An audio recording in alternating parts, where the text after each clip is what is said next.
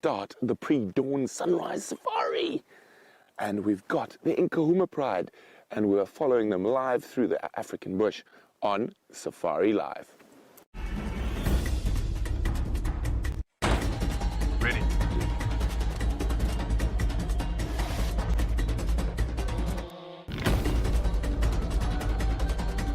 Standing by.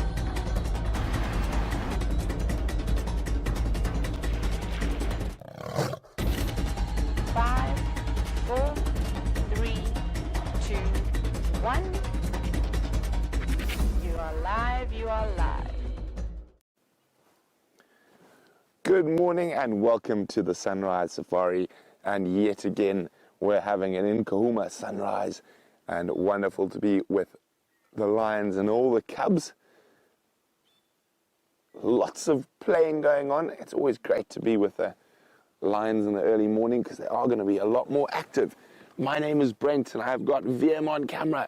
On the other vehicle we have Stef and Brian, or no, Stef and Dave actually, and in final control Louise and Kirsten. Oh look, we're being stalked.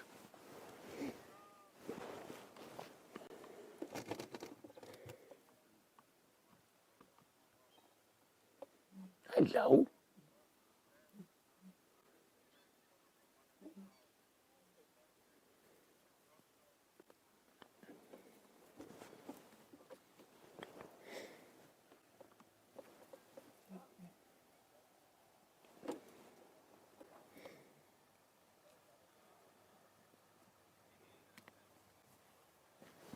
Look at this.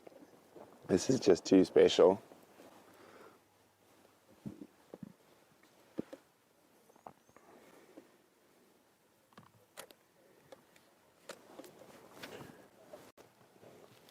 FM orbs, just make the way.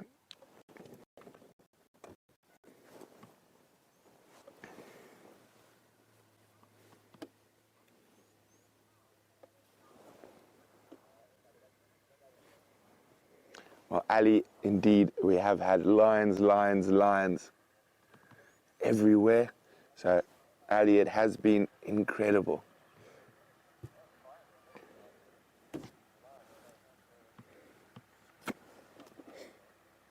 Unfortunately, they've been making themselves quite vocal. So that's how we've been finding them. They've been roaring. Now, it doesn't look like they were successful in catching anything last night.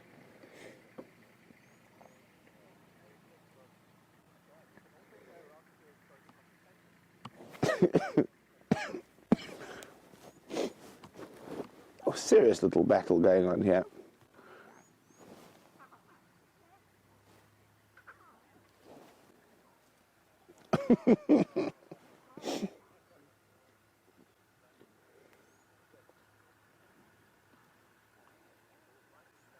Can't get away, just keeps getting caught.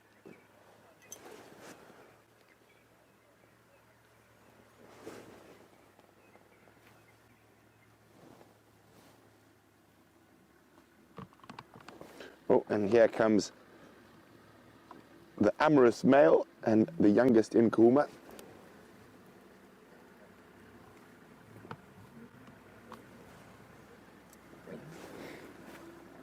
Now, look, she just wants to greet the females, and this could cause a bit of havoc.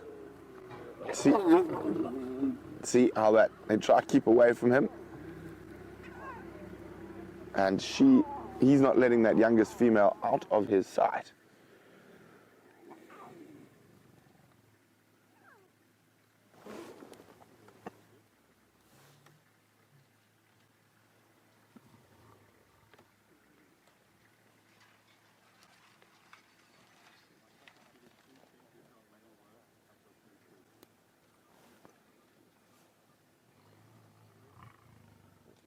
Can you hear that little, a deep growl from the male?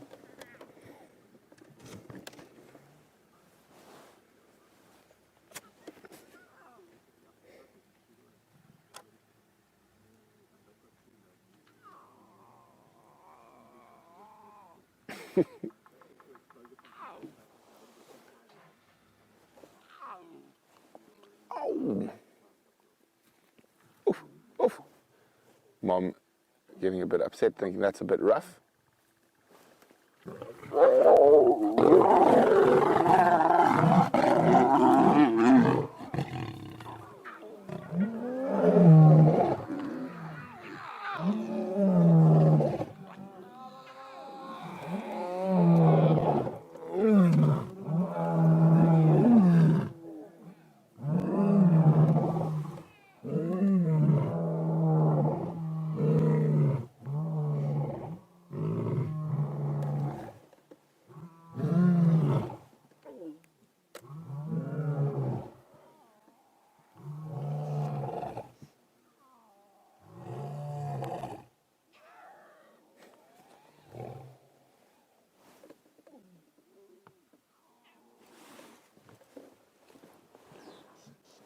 Okay, wasn't that incredible? So what happened is the youngest lioness was getting a bit rough with one of the cubs. Mom stepped in, and the male was, of course, sticking with that youngest lioness because she's about to come into estrus, and then he just caused a bit of havoc there. So nothing too serious. The female, even though she was snarling, growling, she got on her back quite quickly, showed a submissive stance. Now, what it did let us know is where the second male was, because suddenly behind us, there's another male somewhere just off here. We could hear calling behind us. It's amazing, something like that just set off a bout of vocalization.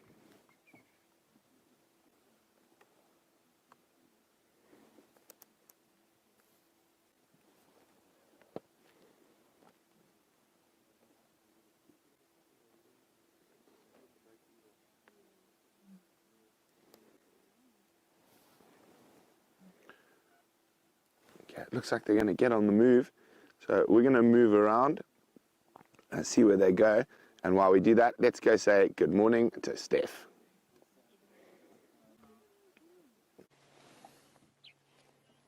Isn't that amazing what you were having a look at the morning? Lions roaring straight at you. That's pretty epic. Well, it is a good morning from us. It's myself, Stef, and I've got Dave on camera today. And we are standing on quarantine listening to that ruckus that is happening where Brent is and you were just now. And we are waiting for the sun to rise. We've decided to only clutter our horizon with one tree this morning, as much as what we're trying not to. And we're waiting for the dawn to come. It started off when we left this morning with this absolutely orange sky. I really can't even explain to you how brilliantly orange the sky was this morning. But it's starting to turn this yellow color, and I'm sure the sun is a couple of minutes away from rising. But in any case, we're looking forward to a good day. I don't know what's out there at the moment. We've had these lions keeping us awake for most of the evening. They seem to have been camped up around the camp this morning when we woke up and peeked outside the camp when they were roaring. It seemed like they were roaring right outside our kitchen, and there were footprints all over the camp. The lions have been going around and around the camp the whole night. Makes you think about walking around in your sleep. But the idea today is Leopard Day. We've got Herbert back. He's been off sick for a little bit. We've got Herbert back, and he's busy combing through the bush at the moment, looking for signs of Karula coming back into Nkuhuma. And I think that it's a nice thing to look for. Hey? Some leopard. But we've also got a request. David hasn't seen an elephant in a long, long time. And so we might see if we can follow up that bird from yesterday. So that's the plan. I don't know what's going to happen. As usual, the best laid plans are almost always and invariably derailed at some point. But we're going to try anyway. But for now, we're going to wait for the sun to come and peek up above the horizon. It looks like that is exactly where the sun is going to come up. And have a look at just the most bizarre. This tree featured very heavily in our Bush Olympics, so it holds quite a nice memory for all of us. It was the twig that provided some shade relief during the whole episode. Yes, the sun is definitely going to rise up there. You can see you can see it getting more intense just to the right-hand side of that stem.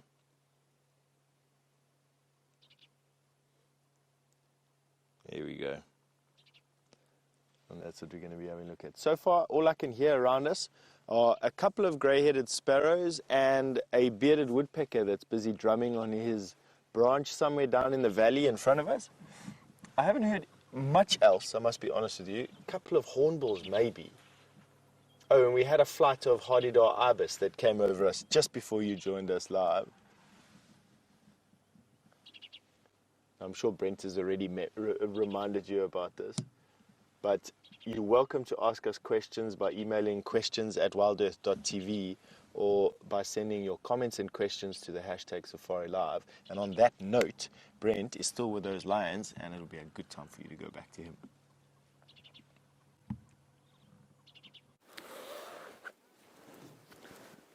Yeah, so they are moving about a bit. A male still trying to keep up with that young female who just wants to play.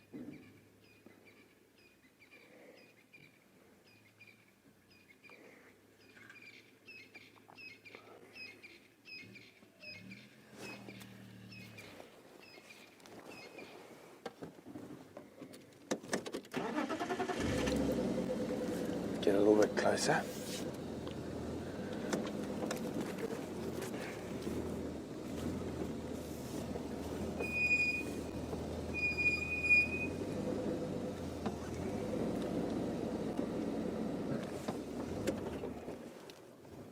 Oh, oh, oh.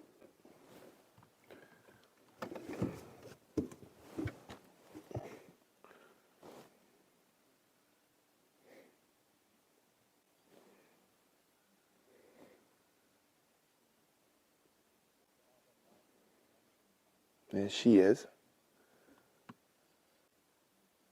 It does really look like she's trying to get rid of him, but he is sticking to her like glue.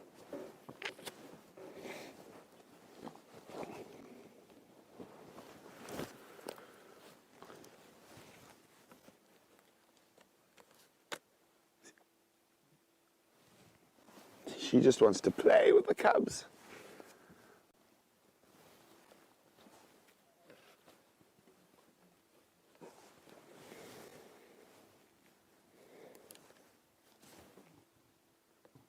Oh.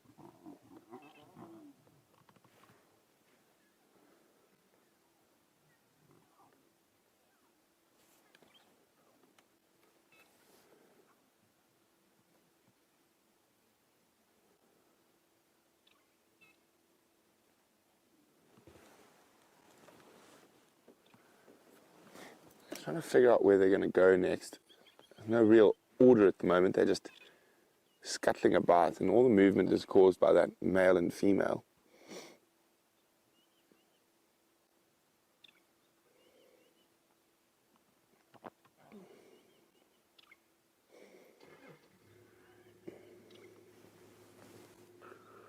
Now, Lisa's wondering why the lions are staying around this area. Is it because there's water? Well, Lisa, I think it's probably because there's quite a lot of food around here, and that could also be because of the water. So there's a lot of old buffalo bulls, and zebra. So lots of prey species around, so therefore the lions haven't felt the need to move on yet. So we're just trying to figure out where to go next. Oh, this lioness is up. I thought they might move south, but now it looks like they might move north.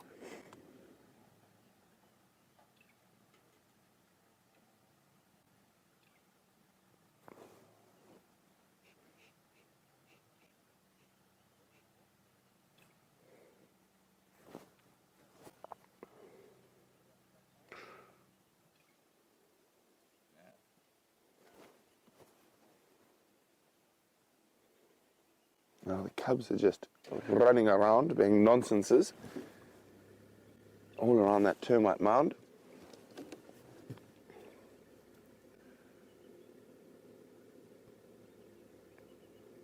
Can't see where the male and female have gone.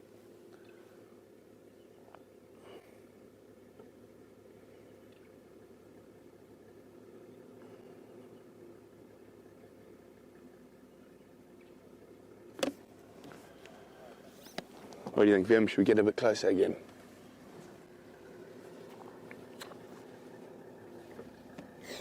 Okay. Morning, morning.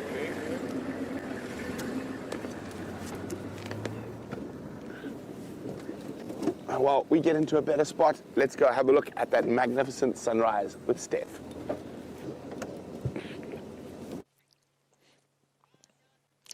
Welcome back. Yes, and the sun has just cracked the horizon, and look at that. Just unbelievably bright. It's so bright at the moment that I actually cannot even look at it without hurting myself. So I'm looking at it through my pinched fingers. You're looking at it through a filter or two. There we go, or three.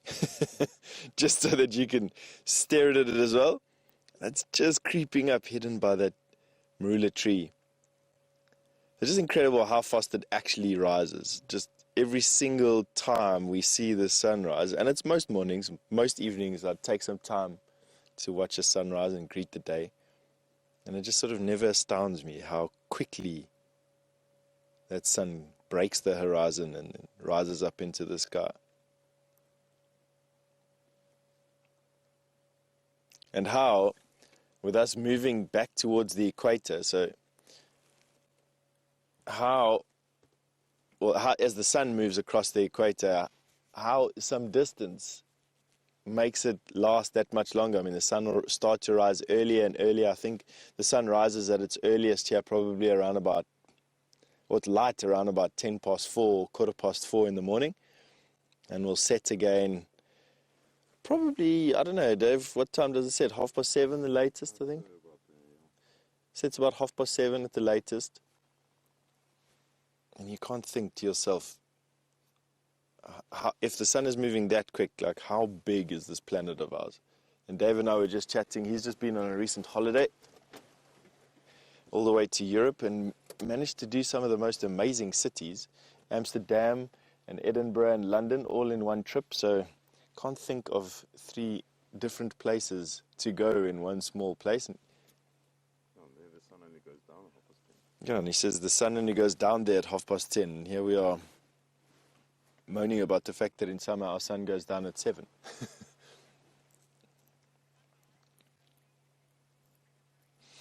So Anna-Marie, you've just commented on the fact that the sunrise is amazing. I agree totally with you. You know, there it is trying to hide itself behind that marula tree, not doing a very good job at it. But it is amazing. You are right. And once again, for some odd reason, I have this sense of anticipation and excitement that has bubbled up in me as the sun has risen. Probably find I'm a bit pre-programmed to this sort of thing. I'm excited about seeing what's going to happen with the day. What are we going to see next? What is Herbert finding tracks of? How's his brain thinking? What are those lions going to do? Is something going to come down to the pan? You know, has that zebra we were looking at last night, has she had her baby foal last night? All these things are running through my mind. And of course, we don't really know. Who knows what? By this evening when we do our closing, who knows what's going to happen, eh? Oh, that is lovely.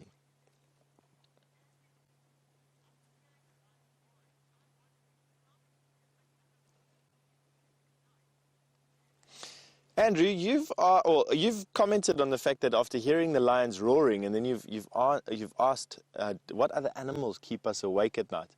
And I'd say hyena are the ones that keep us awake most, but you get used to them. And I'd say that probably a close second would be elephant. Elephant in camp or around camp, breaking branches and shuffling through the leaves definitely do wake me up.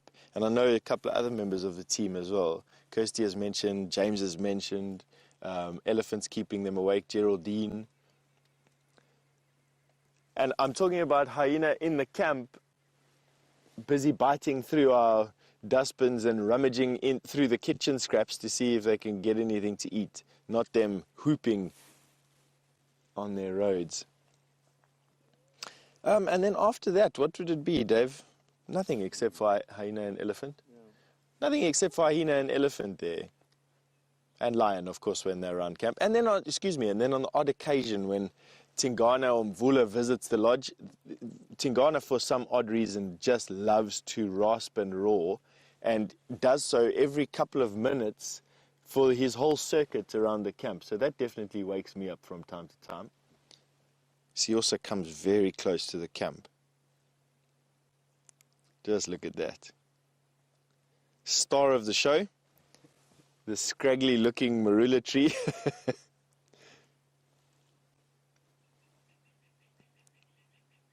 Oh, that's lovely. All right. Now that the sun has risen and we've got our game plan set, sort of, I think we can safely say go back to Brent, and we're going to carry on and see what we can find for you.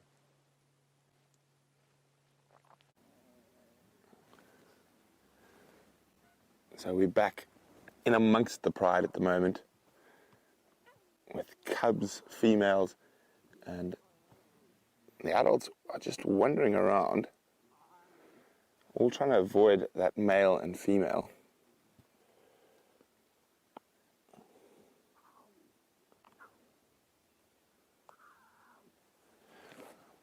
Look at that.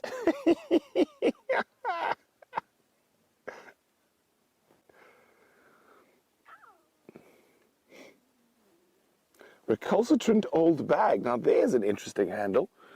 Well, a big welcome to you. And recalcitrant old bag would like to know, do cubs in the same litter possibly have different fathers? Yes. So even all three cubs in the same litter, it's possible for them to have been sired by different males. That is the most fun bush in the whole Sabi Sands at this very moment.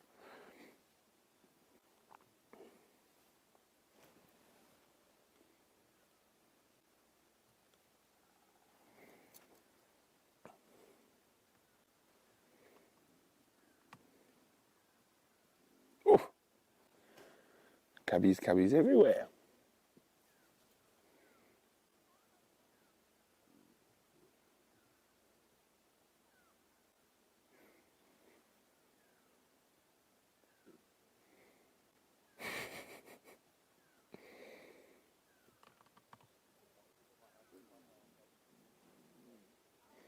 Ooh, that one looks like he's got serious swagger.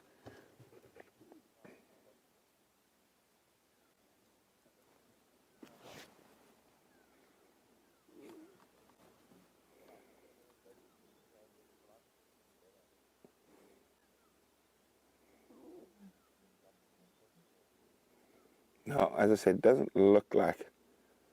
Oh, incoming. No, decided against it. It doesn't look like they caught anything last night. And definitely from all the noises last night, they were hunting.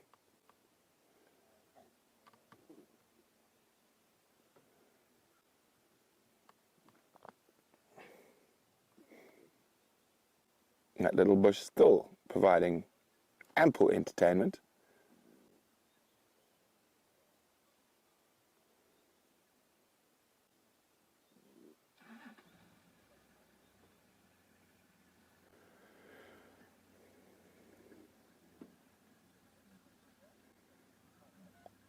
Now, Michael is saying, it seems like everything in the bush makes an excellent toy. There we go. If you're a lion cub, and that is definitely true, Michael. The exuberance of youth.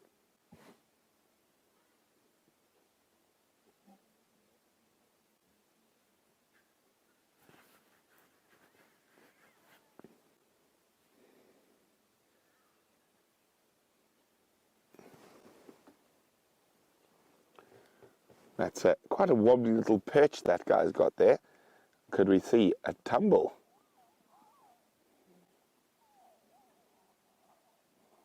Uh-oh. Uh-oh. Uh-oh.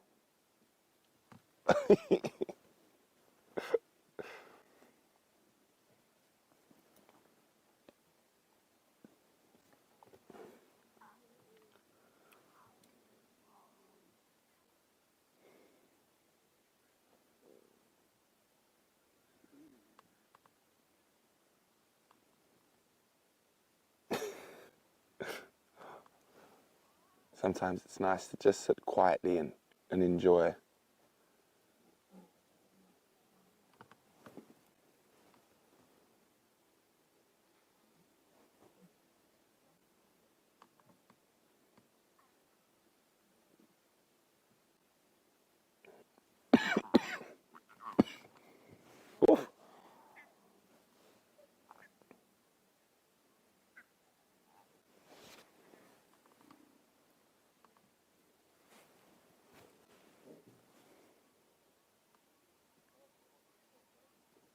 big games.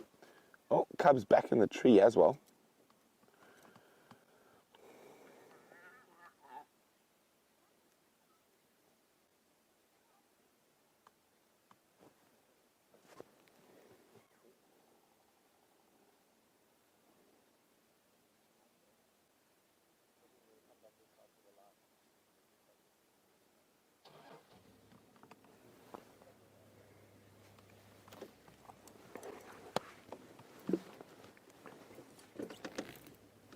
Let's try getting a better spot for that.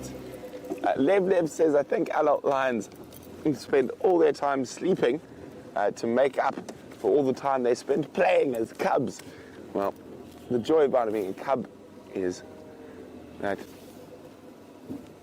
your body weight is not too much, so you don't get as hot as easily.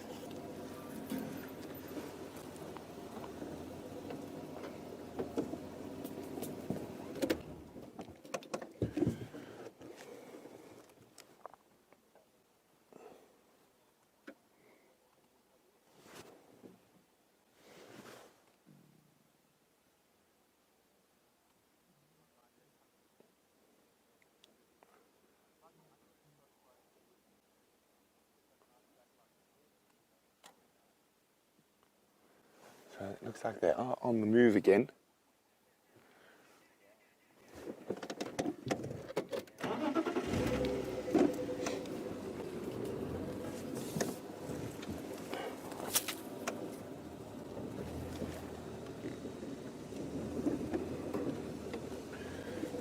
While we try and get around, let's go see what Stef's up to.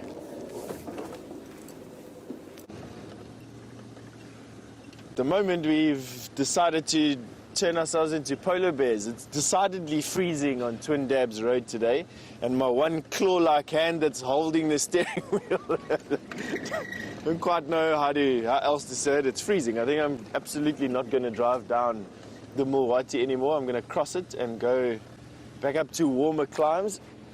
It's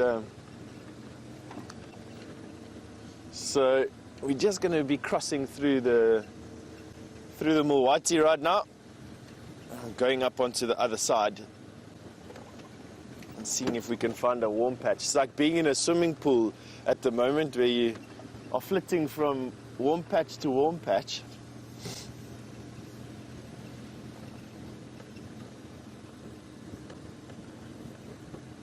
So let's cross here quickly.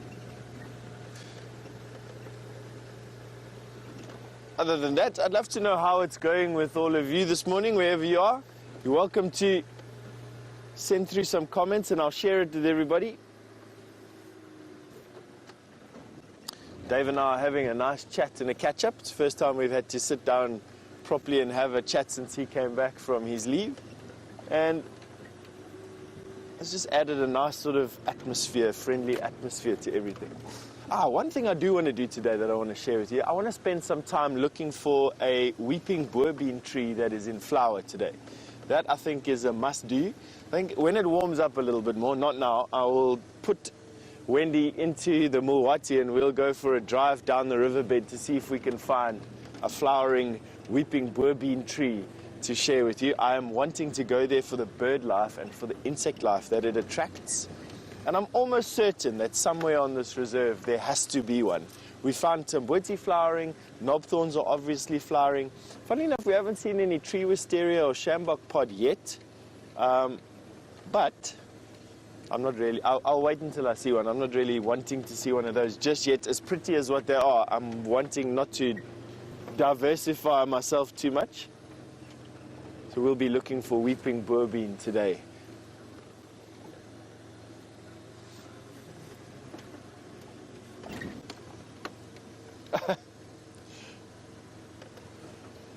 Birdie, all the way from Georgia, you've asked me, do I have to deal with any parasites out here? Where you are, you've got assassin bugs and a whole bunch of things. Yes, Birdie, I have to.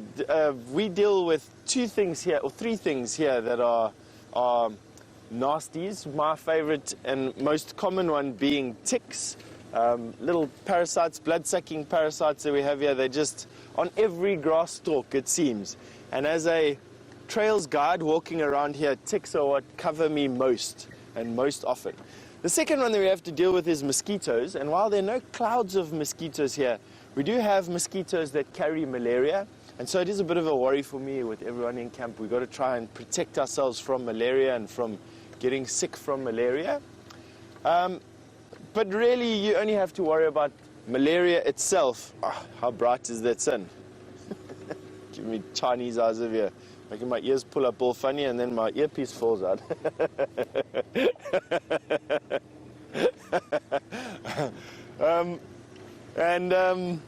The third one that we have to deal with is the ever-present fly. Now, while they're not really parasites, we do have some blood-sucking flies here. They are parasitic to my mood. So they suck away my good mood and can ruin a good feeling day by flying around my face in their clouds. So those are the three things that we have to deal with over here, is ticks, mosquitoes, and flies, in that order, basically, from nuisance generating. Right, now I've swapped one drainage line for another, and my hand is still not getting any warmer. Just hovering just above freezing at the moment. Probably a couple of degrees centigrade above freezing, 9-10 degrees it feels like at the moment. And this cold band of air that we're driving through is exactly what precipitates the dawn chorus. Please excuse, my mouth isn't working, so my lips have become rubbery. What precipitates the dawn chorus? So air during the day rises, and then as soon as the sun goes down, this air starts to cool and to settle. And what it does is it fills up the hollows and fills up all the low places, and as more air starts to push it down, you get this layer forming, this very, very stable layer that forms very close to the earth. And because of the different density that it is to the air above it, what happens is birds use that density to bounce sound. Lions bounce their sound, leopard bounce their sound in this thinner band of air. It's not a column of air up into the sky, it's a thin band of air, and it makes sound travel much, much further. And that is why we have a dawn chorus, and that is why at sunset or just after we have all the animals vocalizing together. Let's see, being here where I am, let's see if we can hear. So we've got some mouse birds, we've got a black-eyed bulbul, we've got a fork-tailed drongo, an oxpecker, white-browed scrub robin,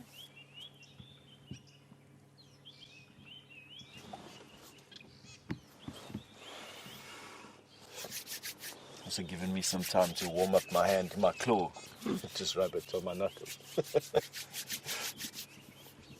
Oh, it is chilly today. We've got some oxpeckers calling here. It doesn't sound like they're calling from a nest. They may be calling... yes. Look through that gap there, Dave. You'll see something standing in the drainage line there, if you can. This is about here. Right through that tree here. You'll see. Focus through there, and you will see a... Let me go forward a bit. There you go. That's what the oxpeckers were sitting on. The giraffe is standing in the drainage line, lower than what we are at the moment. We're actually looking down on him. That's what the oxpeckers were standing on. How amazing is that? It's through this little window in the bush. That's all we can see. He's probably about 100 yards away from us at the moment. Why he's in this deep drainage line can only be food. He wouldn't be here because he's getting warmer. He wouldn't be in there for the protection it affords him. Giraffe are tall, and interlocking branches will create a hazard for him. So he literally, I think, is just in there for food. That is it. And the oxpeckers found him for us. Isn't that amazing? I don't know, one of the most bizarre shots of the giraffe is when you are able to look down on top of them when they're standing next to you. That is exactly what's happening here. Chewing the cud. So giraffe are ruminants. And so watch what happens. He's going to chew a bit, and then he's going to stop chewing, and you'll see that bolus of food go down his throat. You'll probably be able to see it just where his jawline goes into his throat. You'll see this bolus going down there. There he goes. Let's see if he... No. And then he'll regurgitate something into his mouth. Here it comes. There we go. How disgusting is that this early in the morning? Sorry. So what he's doing is he's basically using his teeth to grind into smaller pieces the food that he ate during the night and yesterday. And what that does is it increases surface area, and so it increases the area that microbes can work on the food and break it down, making their digestive system more efficient, but also slower. And so that's why ruminants lose lose condition so fast during the dry season, is that their digestive system is just too slow to cope with the volume of food that these animals need to eat. And that's why things like buffalo and impala and wildebeest, and to an extent giraffe, always lose condition at the end of winter, at the end of our dry season, and why things like hippo and zebra and elephant and warthog always seem to be a little bit fatter and more plump, is they are capable of eating a larger volume of food. Let's see if we can see that bolus go down one more time. Having a good time over there, this giraffe. Now they normally go into what we call a ruminating posture, and he's still chewing. The ruminating posture is best described as that posture that cows lie in when they're chewing their cud. If you've ever visited a dairy and seen cows lying with their feet curled up, here he goes. He's on the move. That is the ruminating posture. And giraffe do quite often go into that ruminating posture. Why this giraffe?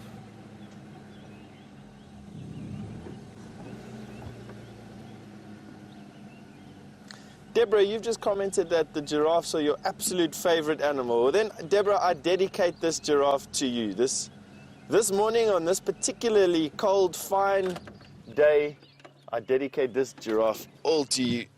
Now I've managed to stop where I completely obliterate that giraffe for you. Sorry, David. Let's see if we go a bit more back, if we can see it for Deborah. That's not bad. There we go. Such fine placement of this car. As you can see, we're literally trying to place this vehicle through the twigs. Very bizarre seeing a giraffe in such deep bush at the bottom of a drainage line, basically on the sand of this particular riverbed. You can see how wary he is. Definitely a male. You have a look right at the tips of his horns, or his ossicones as they're called. It's bald. Him and I share a similar liking for sun cream and moisturizing, I'm sure.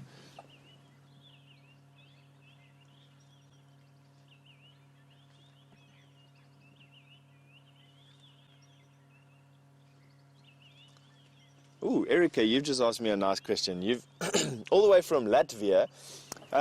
You've asked me, how long do giraffe live? That's pretty easy to answer, around about 30 years. But then you've asked me, how many babies can giraffe have in their lifetime? Now, let me just think about when a giraffe has babies for the first time. I may have to go into my reference books to confirm this. But let me say that giraffe females will have their first calf between 2 and 4 years old. Let's leave it as wide as what I can there. So between 2 and 4 years old, they'll have their first calf, and they'll have a calf every 2 years from there. So 30, take off 4 years to get mature, so we're going down to 24. Take off another couple of years for just lions and hyena and dangers out here, so we go down to a nice even number of 18 years of productive life, and then divide that into 3 just for the odd calf that doesn't want to wean too much. Divide that into 3, so what does that give us? 3 goes into 18, just my maths when my brain is cold like this. 6 times. That's terrible. So 6 times, she'll have 6 calves in her life and then take off maybe 1 or 2 for lions. So they'll probably have about 4. So I would say that a giraffe will have anywhere from 3 to 6 calves in their lifetime, if that makes any sense. Just a quick sort of equation there for you. 3 to 4 calves in their lifetime. You're welcome to, or 3 to 6. You're welcome to obviously try and let us know what that is and share that comment to us on the hashtag Safari Live or through emails. The questions at wildearth.tv.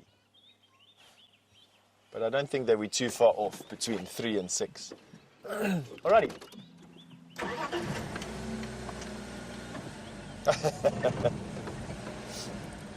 Deborah, I'm so glad that I've made your day. Let's see if we can do it again at some point. So on that note, and while we get out of the Arctic that we're driving around in here, and I can wipe my nose properly, we're going to send you through to Brent with those lions.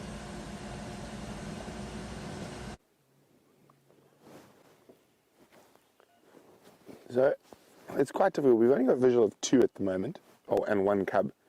The rest are spread out through this very broken area. So the elephants have pushed over lots of trees and we can't even sneak through it. And there we go, there's some more cubs there. And we've got 1 lioness lying in the light.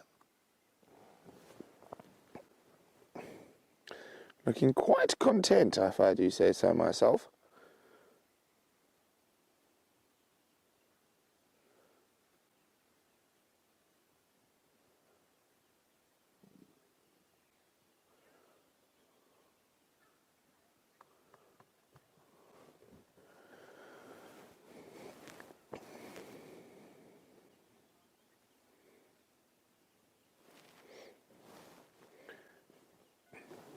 Emeritus Fox would like to know, do lions recognize each other by sight and scent? I would say yes to both. And the second part of the question is, if they split into 2 different prides, would they recognize each other as friends? They would for a certain amount of time, but if those prides split for a very long time, and then unfortunately, or fortunately, depending, they would become separate prides and fight with each other. And I have seen that before.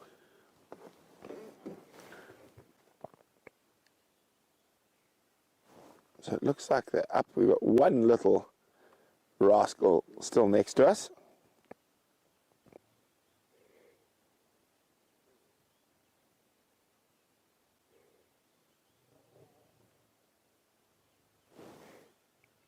We can hear some disagreements happening in the distance between the male and the other lioness. You can see ears up, listening to what's going on.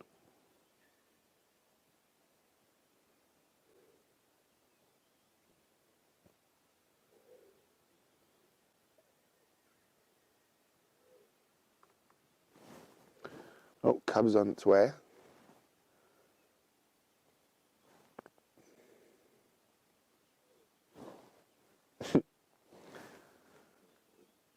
They have chosen one of the more impenetrable blocks that we have on Nkuhuma.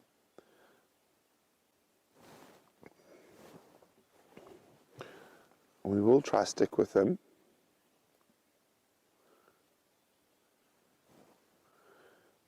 And she's up as well. So we're going to go do a bit of bundu bashing. While we do that, let's go catch up with Stef. You have no idea how those few words make me cringe. We're going to have to do a bit of bundu bashing with Brent Smith in Rusty. All I'm experiencing in my head now is spanners, spare parts, trailers. The Leo Smith artwork on one of our vehicles. Now we're about to approach Buffelshoek Dam. I don't know, it was just a comment that David made. We need to go to Buffelshoek and go and see what's floating around in the mud cesspool that is left there at the moment. And it was a good suggestion because Louise. Louise just commented that if it makes me feel better, Brent is being very careful. Thanks, Louise, but I doubt that. So, Buffelshoek Dam is a couple of days away from being dry, and in actual fact, I highly doubt that we see anything when we get there. It may have that hippo from Vuyatela Dam in it again. That hippo has the bizarre habit of swapping between the two when the Vuyatela Dam is a far better proposition. But let's go and see there in any case. I think it is going to be quite interesting to see what has managed to make itself a home there. Even the birds have moved on.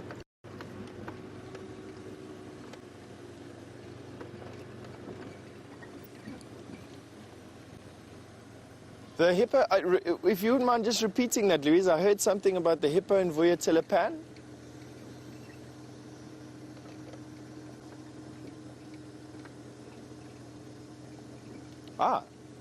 So, Raccoon Pet, good morning, Raccoon Pet. You've said that the hippo that was in the pan last night returned this morning with an injury of some sort. That's quite interesting. I wonder where you managed to get that. I can only imagine it's from another hippo. They quite often do, especially in times like this, will quite often injure one another quite badly. But it could also have been the fact that those lions, having been around the camp the whole night, maybe gave him a little bit of a go. That would be quite interesting to see how bad it is, you know, to what extent. Was it made by tooth and claw, or was it made by one of those massively sharp incisors that these hippopotamus have? But yeah, 50% of all the hippo that are born in an area end up being killed by other hippo. They are incredibly aggressive toward one another for all the fact that they are contact species. Big male hippo don't tolerate smaller male hippo like the one that we have here. Not very easily anyway.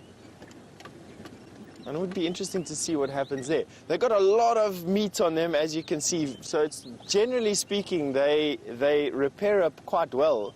I think the worst I've ever seen a hippo injured was a female that was trying to protect her calf from an older male, and he just bit her across the back and was literally, it lacerated her with cuts this deep, this long, and easily this deep all the way through. And she was stiff for a few days and then ended up recovering almost 100% with the exception of a few scars. So they're quite tough animals.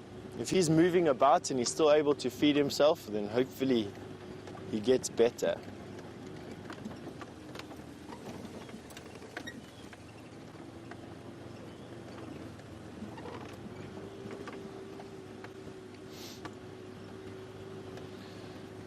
So Erica, from Latvia, you've asked me which is the slowest reproducing animal that we find in Africa.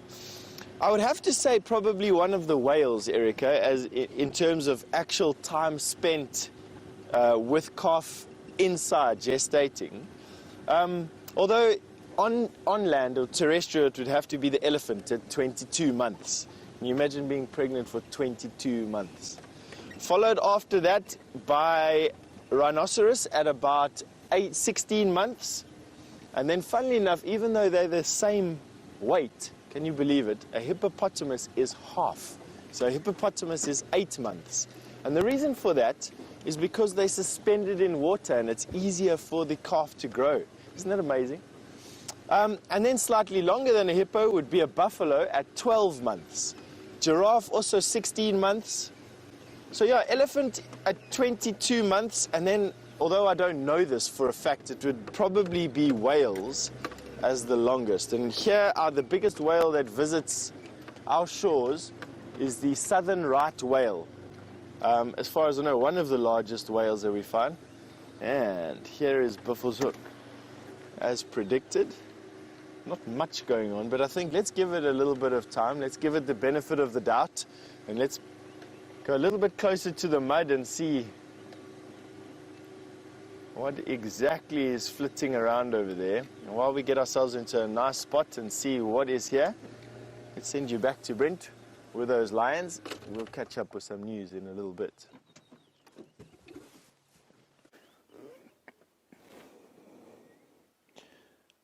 So we've lost the rest of the pride, but we've still got the single male who's keeping up the rear. Now, at the moment, the other male, who's growling and trying to keep that little lioness to himself, appears to be dominant.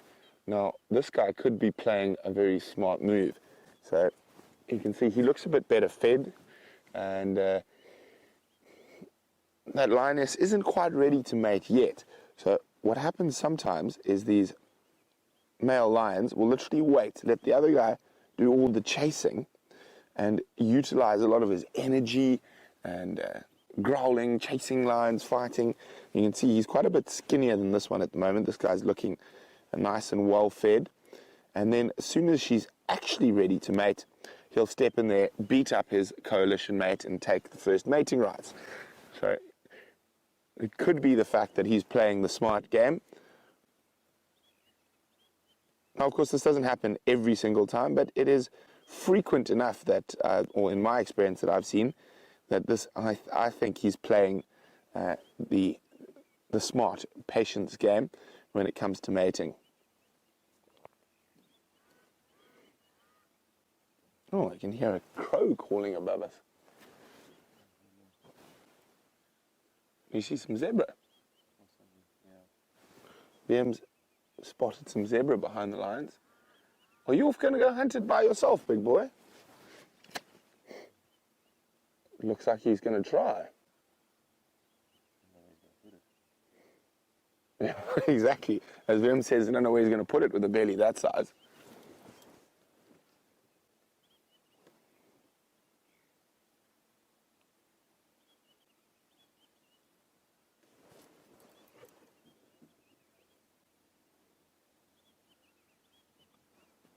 Okay.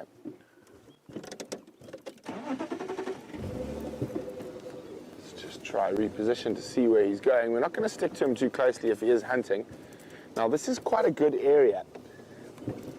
And maybe he is going to go dispel the myth that male lions don't hunt and let the lioness do all the huntings. Male lions do a lot of hunting by themselves because they are away from the pride while they're patrolling a lot. So the zebra are moving that way, he's cut that way. So we're not going to stick right behind him in case we interfere. He's moving quite quickly. Yeah, there he is.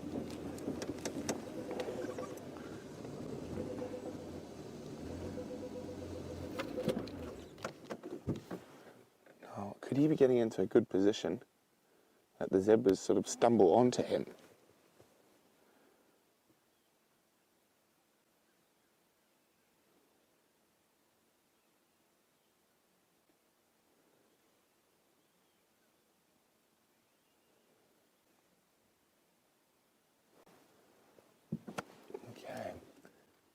Watch. I'm just trying to plan where to go next.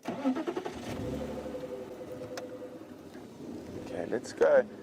I know where, more or less where he's going, and there is a road up ahead. I just want to see if we can get a view of the zebras, see where they're going. Now, believe it or not, I've seen a male lion take down a near adult giraffe by itself.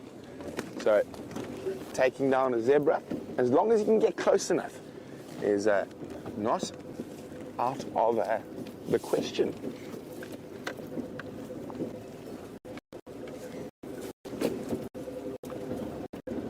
So also, one of the reasons I'm making my way back to the road is that less bashing and crashing, we're less likely to distract the zebra or bring attention towards the lion. So where would you say? I'd say the zebra's crossed somewhere around here, is them? Now,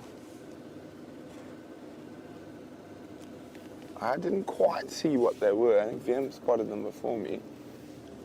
I think, actually, VM, is it? There he is. No, it's another male lion. I think, or another lioness that came through. I think it could be Amber. Ah.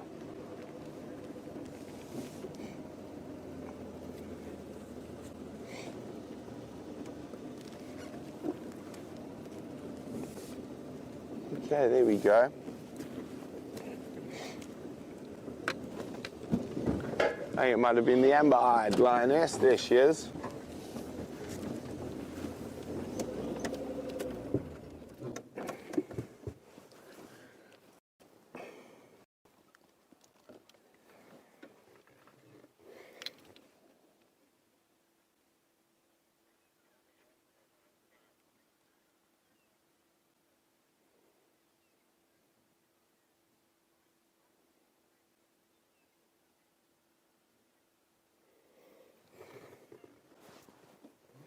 So Sally in Oregon is wondering why they try isolate, the males try isolate the females from the rest of the pride. And she says, understands why they wouldn't want another male around. Well, Sally, there's distractions, and the male lions just are programmed to eat, breed, and fight. So that's what they're doing.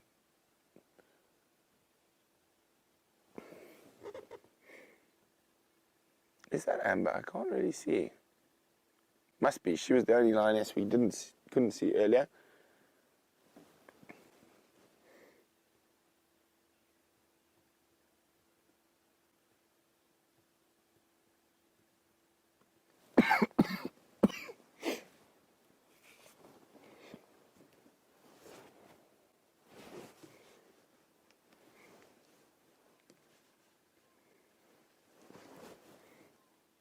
She might have been on her way to join the rest of the pride when he spotted her.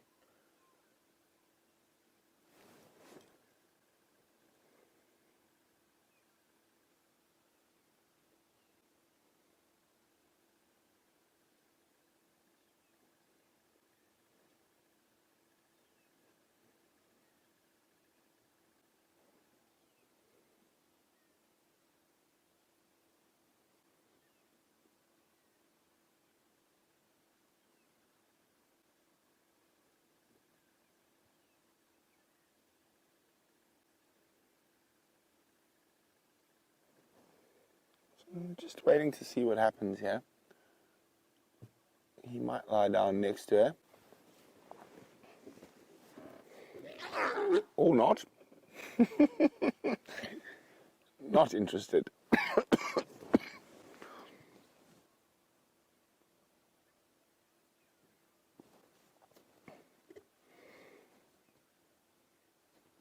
Now again, the Nkuhumas are providing us with just the most magic lion sightings at the moment.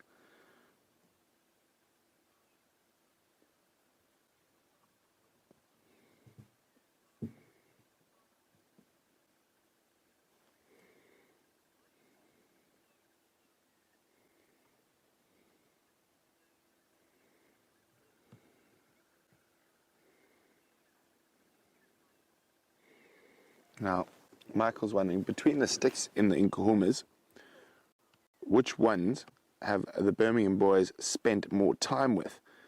Well, Michael, up until now, I would probably say it has been they've spent more time with the Styx, but at the moment they seem to be spending a lot of time with the Nkuhumas.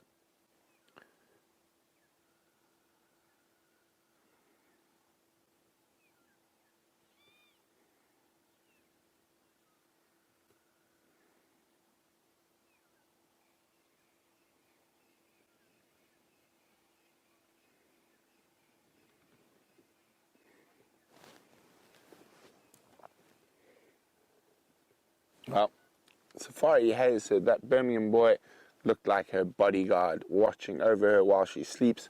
I think he was just checking her intention, and she wasn't very interested. Now, let's have a look. Is that amber eyes, Vim? Looked like it. Let's look at us, please, madam. Let's try get her. No, he's moved off and he's laying down just in the distance there. We can't really make out where he is. Let's go have a look. Yes, that's definitely Amber. As she looked at me, could see those beautiful eyes.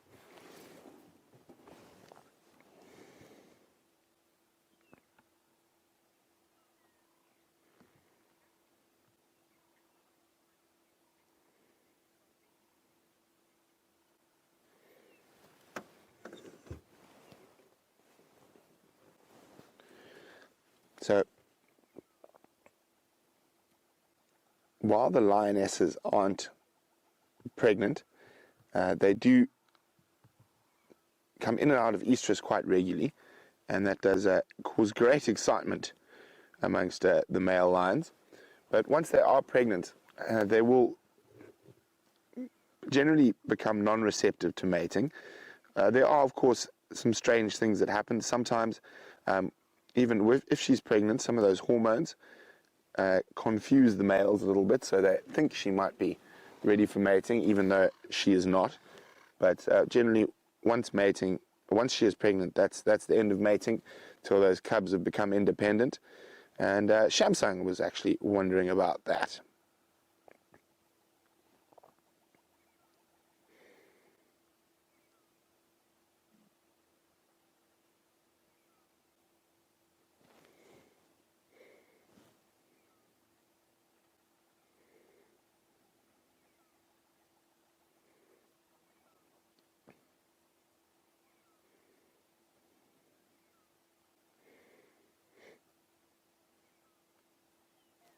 Well, Lauren says, I think Amber Eyes would make a terrific mother, and she seems to be in great condition.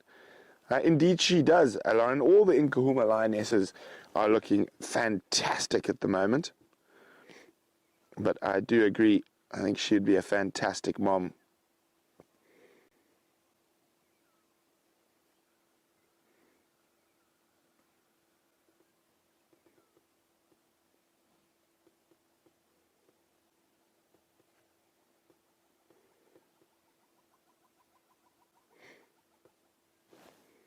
They're just doing a little bit of morning grooming.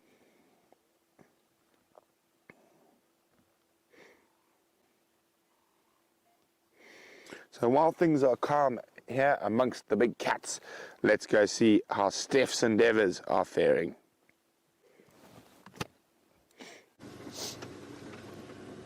Welcome back. And we had to leave Buffelshoek Dam. There was just one lonely little three-banded plover that was pecking around in the mud, and we heard some elephants screaming from where we are right now. Now we're on Buffelshoek Cutline, and it just sounded like a calf scream, not getting enough milk from his mom or being chastised in some way. But I think they have gone over the boundary here, to be quite honest. I think they are in Buffelshoek, but we're just going to, I think, take this road. This is Buffelshoek Cutline, and see if we don't get either the front end or the tail end of this particular herd in here. We're looking for some tracks, some old elephant tracks that have come over on these game paths towards the mud. Not much happening at Buffelshoek. There was something that walked through the mud yesterday. It looked like either a hippo or an elephant had walked into the mud and then walked out the bank, but none of that characteristic dish shape, wallow shapes. And that'll pretty much signify the end of the water in Buffelshoek Dam for now. As soon as you get those, a rhino or a buffalo or a hippo or an elephant, scoop out the side, and it plasters the last little bit of moisture around the side of the dam, and then that's that. And then the next rain that we can expect will probably be around about the 1st of September.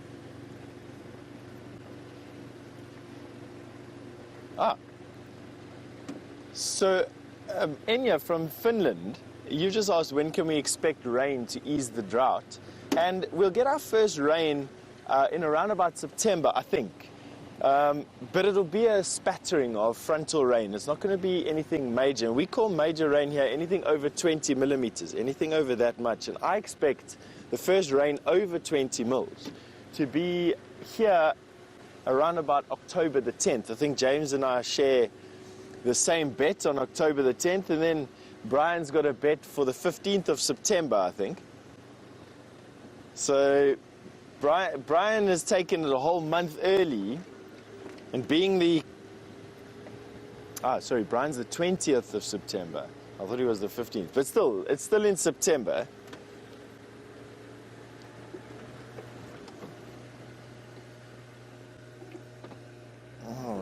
But David has decided that it's the 18th of September. Okay, so we've got an elephant there in the distance. there, far away there. I think it's an elephant. Let me just double check before we zoom in on a naughty. Yeah, it's an elephant.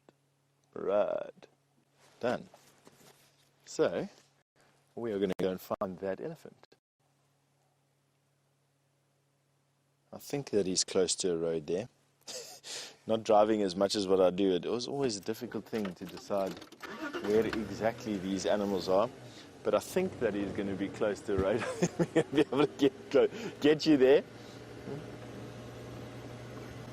Doesn't look like a particularly big one. If I were to say that we are most likely going to encounter a herd of elephant there rather than a single bull. But nevertheless, let's give it a bash and see.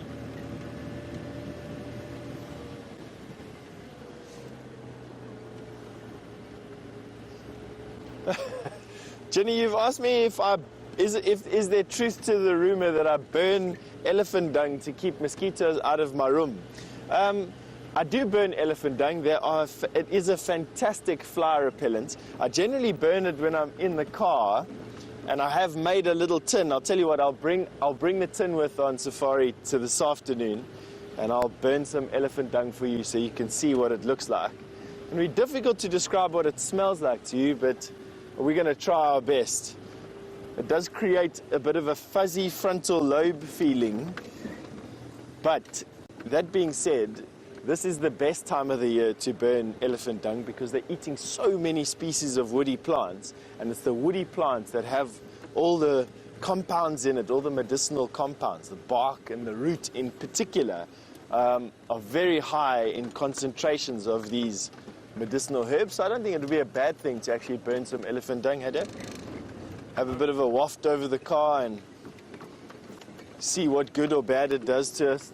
Let's hope they haven't been eating a lot of tambuti by the time we do it this afternoon. But I'll tell you what, I'll bring it, I'll show you. But yes, you can burn elephant dung, and it is a fantastic repellent for mosquitoes and flies. In actual fact, in some of the reserves that I've visited where you have lots of tsetse fly, and tsetse fly are these flies that bite you with a white hot needle, and the guides there have elephant burners, or these of a similar design to what I'll show you this afternoon, hanging on the front of their car and one hanging on the back of their car, and the smoke wafts over you for a 6 or 7 hour safari. Alright, so this is where we saw that elephant. Let us see. Well, here it is. 2. Yes. Hello. What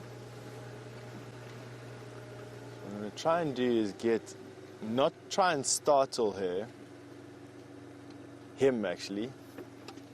Young male. Let's see if we can. I actually think that this is the same young male we were with yesterday morning. Can you believe it? Let's see. Good morning, boy. I just want to be quiet and slow and calm and precise.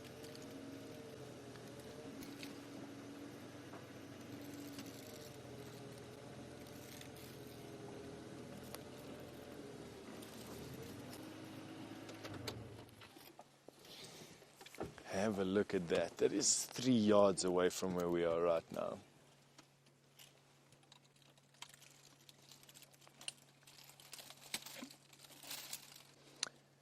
So Kat, all the way from Kansas, well, good evening to you, Kat, firstly. And you've asked, do I wear insect repellent or would it bother the animals? Now, Kat, if you'd excuse me whispering with this, I don't want to disturb this Ellie busy pushing his trunk through the bush, literally 2 feet from where we are now. But yes, I do wear insect repellent in summer on my legs, for ticks in particular, because I walk around in the grass so much. And it does smell, but I've never seen it bother an animal too much. I think the smell of a human, all our different scents together, the detergents we wash our clothes with, the soaps we wash with, toothpaste, creams, sun creams and moisturizing creams and lip balm and whatever else we lather all over our bodies, is just a mix that for most animals, when you're walking around in the bush, is a smell that they tend to just avoid. But yes, I do wear insect repellent. Now this is quite interesting. This elephant, I thought it was one that we had seen yesterday, but in closer inspection, this elephant only has one tusk, you can see. He's broken his other tusk off. Now for such a young lad to have broken off his tusk, my immediate thought is that he, rather than breaking it off, he may have actually only been born with one tusk. Now why I think that, I don't know, but it's most likely that he broke it off feeling. But have a look at that, using that tusk, the one that he has left, to great effect. And once again, not destroying these red thorns. In this particular case, this elephant has now picked a branch off the red thorn, but rather than break the entire tree, here we go, we can see what happens. That red thorn will be looking like this in 24 hours time.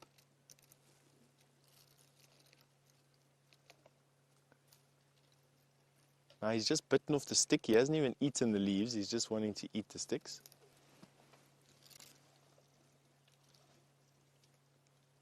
Not much water coming out. That was actually amazing.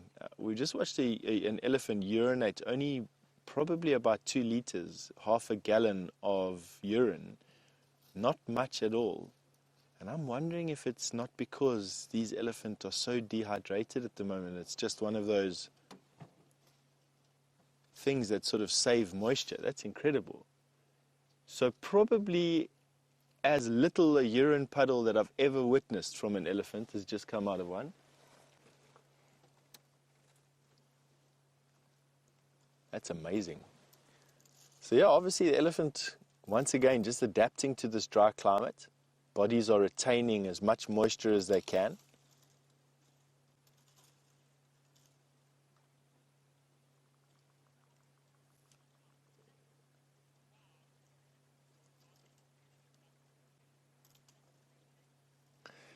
Red, you're right. This elephant does tear branches off this tree like nothing. They're incredibly strong. You know, they're strong to a point where we actually can't really even decide how strong they actually are. You know, it's unusually strong.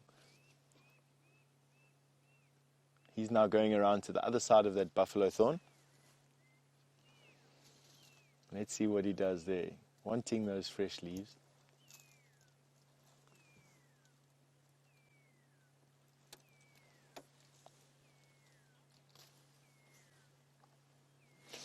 But Dee, you've actually just asked the question that I was trying to figure out in my mind as you asked it. You asked, how old do I think this elephant is? Now, Dee, the only real way to decide how old an elephant is for the elephant to show us what set of teeth he's on. They get 6 sets of molars, and we'd be able to see an exact age from the wear and tear on which particular pair of molars he is. But because I can't see those molars, I'm now having to use other indicators. His size, for one, would be an indicator, so size relative to tusk length. The condition of his ears.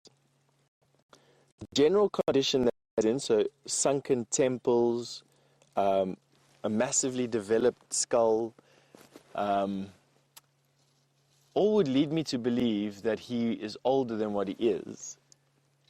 This particular elephant has got quite nice tusks. He's definitely not very big.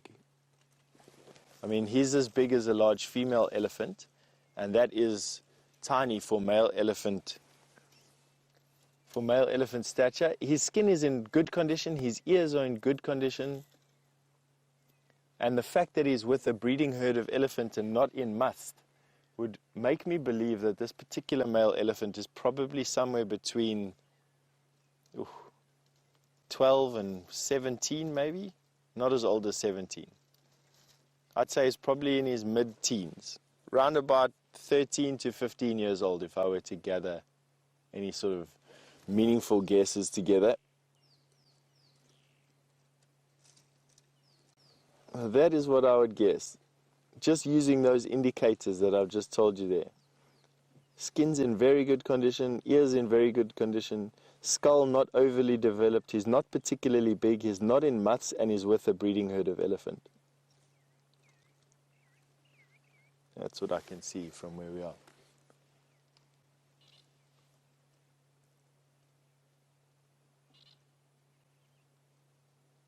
He's just stuck his head into this buffalo thorn. Buffalo thorns out here take an absolute hammering from elephants.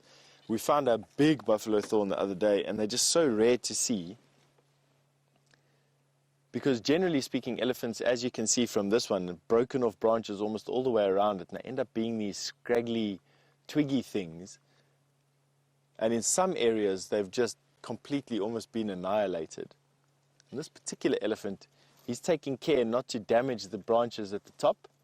He seems to be going for the choicest ones closer into the main stem or the main bushy part of this particular tree. And you can see how careful he's being. He's just plucking off a branch at a time. There you go. And once again, just adding to this impression that, elephant are quite often just portrayed as these wanton destroyers of the vegetation. I don't think so. I've watched them with red thorns lately, and they are very particular about how they prune red thorns. And you can watch this elephant with this buffalo thorn. While the tree looks like it's taken a bit of a hammering from elephant, it's still growing, and he is just being particular about what branches to put in his mouth. I mean, he's not eating the terminal ends off of the branches, breaking the sticks, as you see.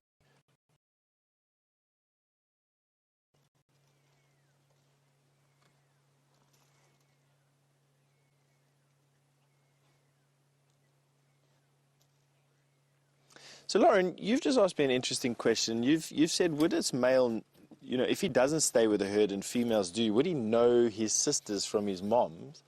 And is there a chance that elephant mate with their relatives?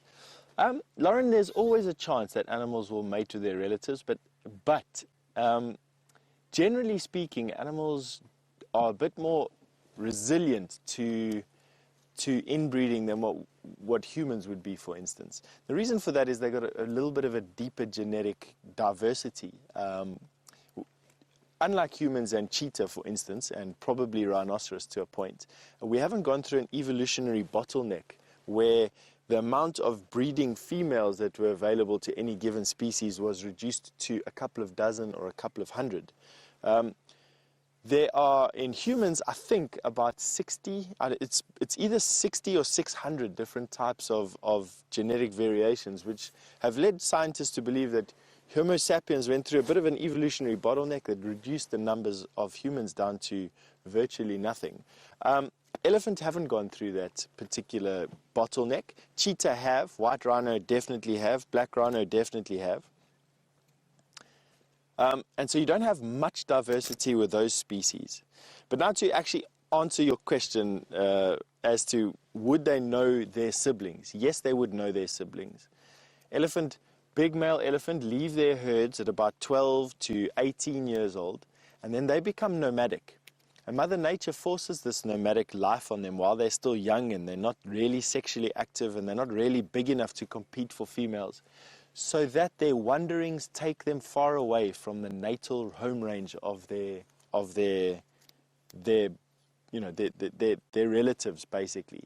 So that the hope is, when this elephant is finally big enough and strong enough, he's far enough away from his natal range that he doesn't mate with his sisters. And that is why males do get nomadic in almost any species, not just elephant. So just in conclusion to this point, you can see that this male elephant at some point will leave his herd. He will spend another 12 or 15, maybe even 16, up to 20 years wandering the Kruger National Park. They don't have a territory or a home range. Hopefully by the time he's big enough and strong enough to compete with other elephant for mating rights, he will be far away from this particular herd that gave birth to him. But if it did have to happen, for whatever reason, it's not that much of a problem once or twice or for one. So I hope that answered your question adequately there. And on that point, I think it's about time that we sent you back through to Brent, who's got an update for you.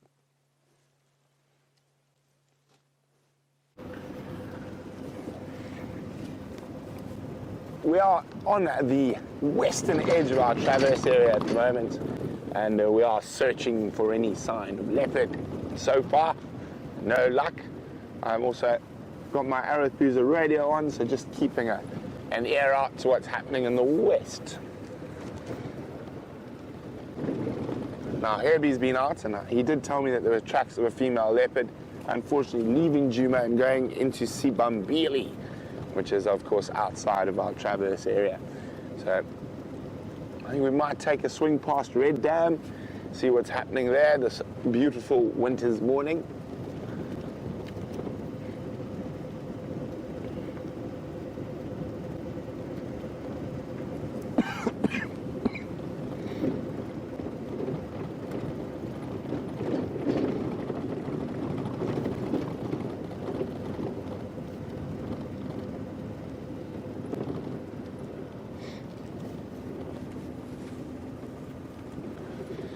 Hi, Chloe in Illinois.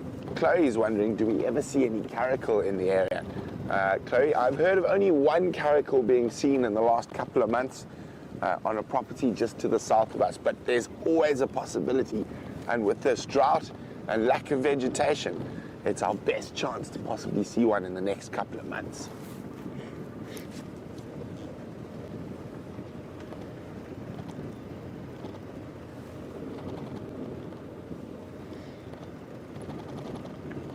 So we're always going very carefully along this road. It's a very busy road, so you've got to go quite slowly to see tracks nicely. And also, it's quite nice to just go slowly and bask in the sunlight, like a lot of other creatures are going to be doing at the moment.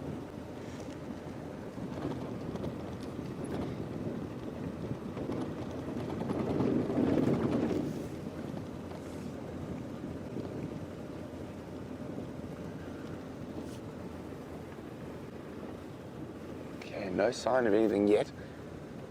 So what our plan is we're going to head down, we're going to nip into Arethusa, check down towards the Marakene River, and then pop back up towards Red Dam.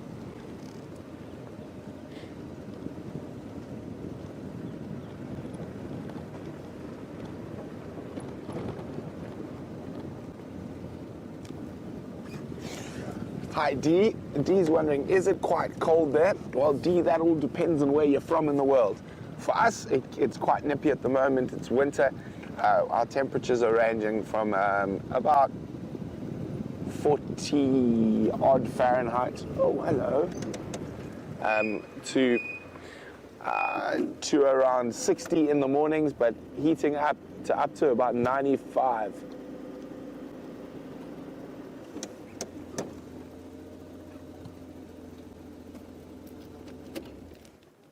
Here we go. Hello, elephants.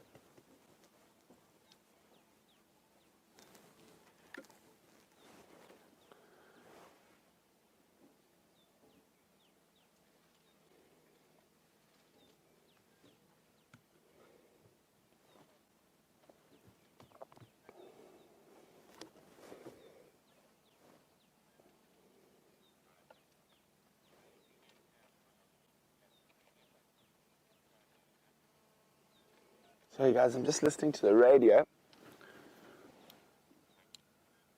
I copied, thanks Mike. Hello.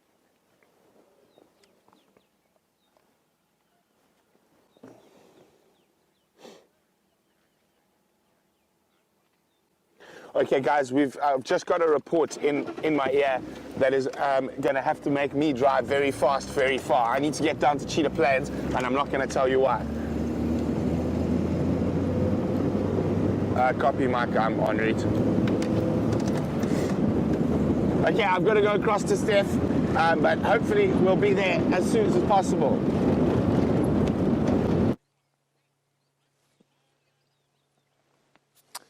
just as I said, the artwork that is going to be rusty when it returns back from this safari is going to be something to witness. We're just calmly looking at these elephants, which are not going anywhere right now. I don't quite know what the dynamic is between these two elephants. I think they're relatives. I don't think it's mother and calf. I think they're cousins or sisters, potentially, because it's not a very old female, the big one, and the youngster and her have decided that that tree needs to be cut very short. Obviously, totally opposite to what I was talking about elephant knowing that what they are doing and how they prune different things. And they're literally just putting a twig in their mouth at a time and just stripping that tree of everything. Not killing it, they're not breaking it at the root. All they're doing is they're chewing off every single branch that they can fit into their mouth without killing the tree. So the tree will survive that mauling by coppicing. And what that means, it'll become sort of multi-branched. That main stem will split into many smaller stems. Have a look at that female, not using her trunk, doesn't want to kill the tree, just biting off the branch. So actually, let me change my original statement by saying that they are still pruning this particular tree, only rather aggressively, rather than killing it. Now in winter, or the dry season when there's not a lot of grass around, elephants become almost completely browsers. In other words, they will change their diet from almost completely grass in summer to almost completely woody species of trees. And they will absolutely just eat as much as they can, filling up, I mean, a big male elephant, you're looking at 200 kilograms, 400 pounds of bush in a day per elephant. Now, even if you halve that and halve that again, 50 pounds,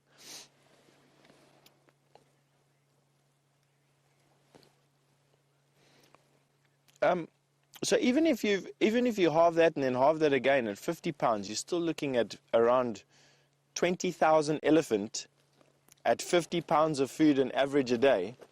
You can work out that maths and you'll see that it is a lot of food that is getting consumed in terms of bushy species.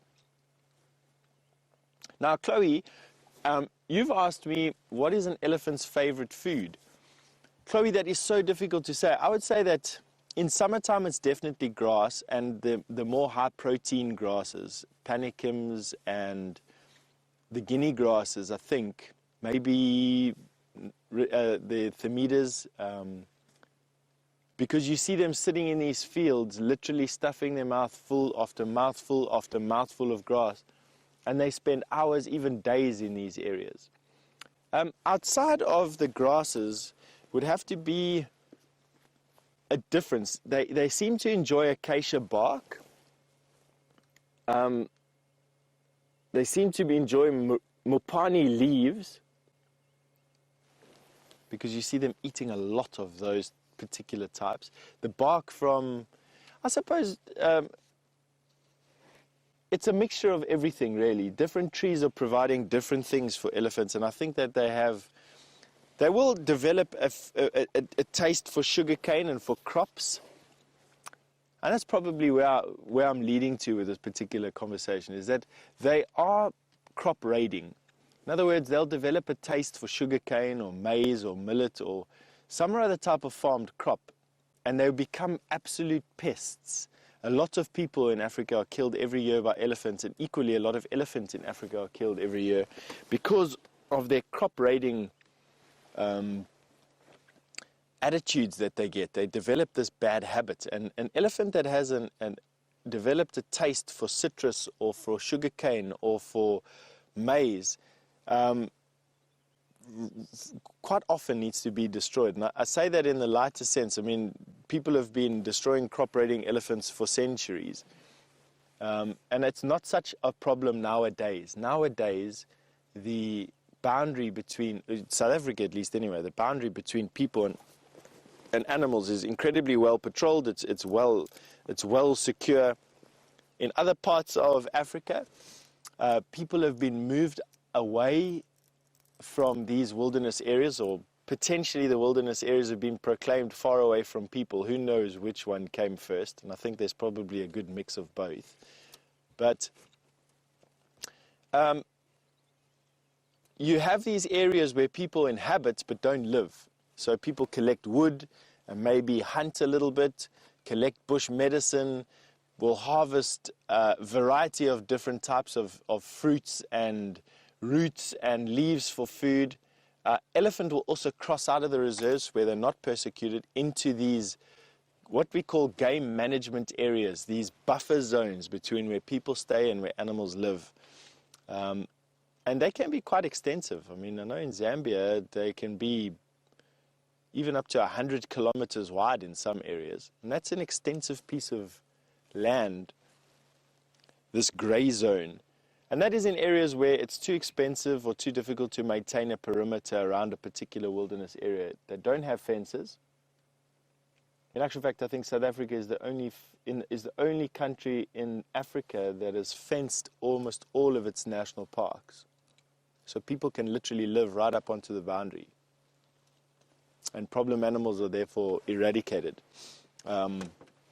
Or the problem of a problem animal is reduced. Let me put it to that way. Reduced to almost zero. I had this wonderful encounter with a man called Nakedi a couple of years back, and he was doing a doctorate degree on leopard, and in particular leopard and cheetah, in terms of large predators, find boundaries very porous. They're not hemmed in by fences. They're not restricted by fences at all. Even electrified fences, cheetah and wild dog and leopard, but in particular cheetah and leopard, don't even see these things. And he was studying the effect of how many times do leopards on the periphery of these reserves go into urban areas or into rural areas, and what are they eating? He was doing scat samples to figure out if they were eating dogs and chickens and cats. And it was just amazing. The amount of information that he was gathering on these leopard that we saw in reserves like the Sabi Sands that are relatively close to human settlements, relative being the word. And the amount of time that these animals spent in settlements was just astounding. The fact that more people are not killed by these animals just shows the massive tolerance that these animals actually have for humans. And therein lies another topic of conversation. Humans seeing themselves as something apart from the natural environment, which they're not.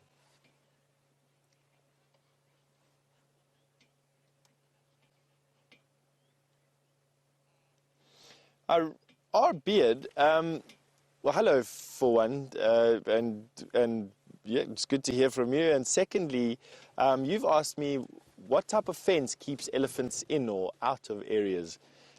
It's quite a substantial fence made up of cable, really, and railway sleepers, and it's also electrified. Elephants are quite sensitive to electrified fences, and so it's electrified. It's quite often doesn't need a razor wire on the top. That is generally just for people. Elephant seem to react nicely just to a thick fence that they can see that's been electrified, really. And that's the type of fence. I'll see if I can. There's nowhere on Djuma. We're far away from fences at Djuma, but except for at the Gowrie Gate, Manuleti Junction. At some point, I will go past there and I'll make a point of stopping and showing you an elephant fence. Now, these elephants have managed to absolutely annihilate this poor tree, shame. But still, without breaking it. I mean, you often see elephants pushing down massive trees, but this time of the year, I'm not hearing cracks and crackles. I think they've done the big pruning that they've needed to, and now they're just aggressively pruning this poor tree that made them cross with it.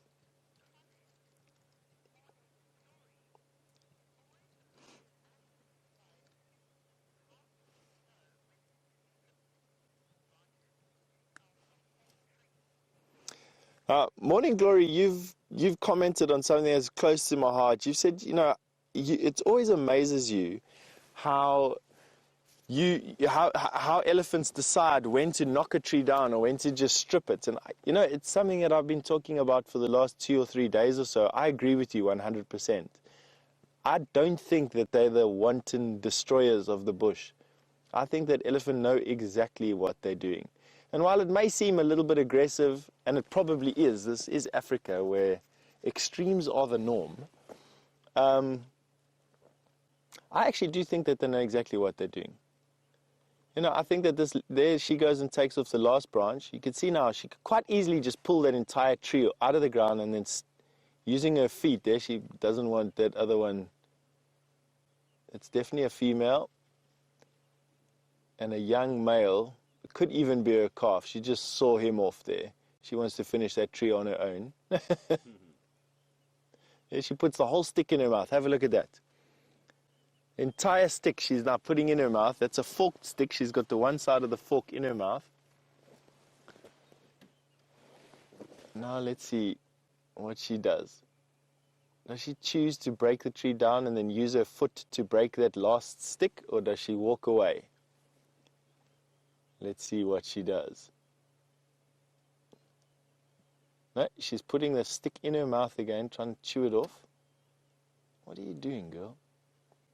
You can see how much of that stick she actually had in her mouth, and look how feathered the top is from them chewing it.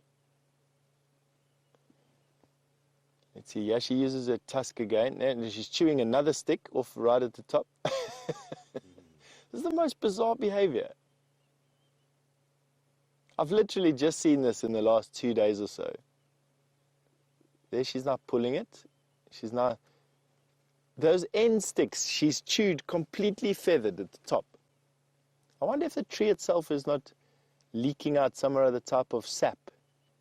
There she's now bending the last branch there. Look at her using her tusk, stripping it. I mean, and it's not like that elephant couldn't just snap that tree straight out of the ground. She could absolutely, with the least amount of ease.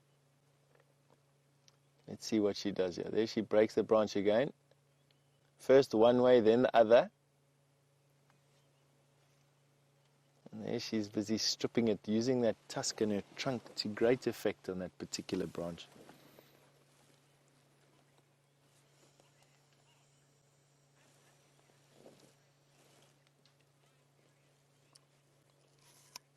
Ah.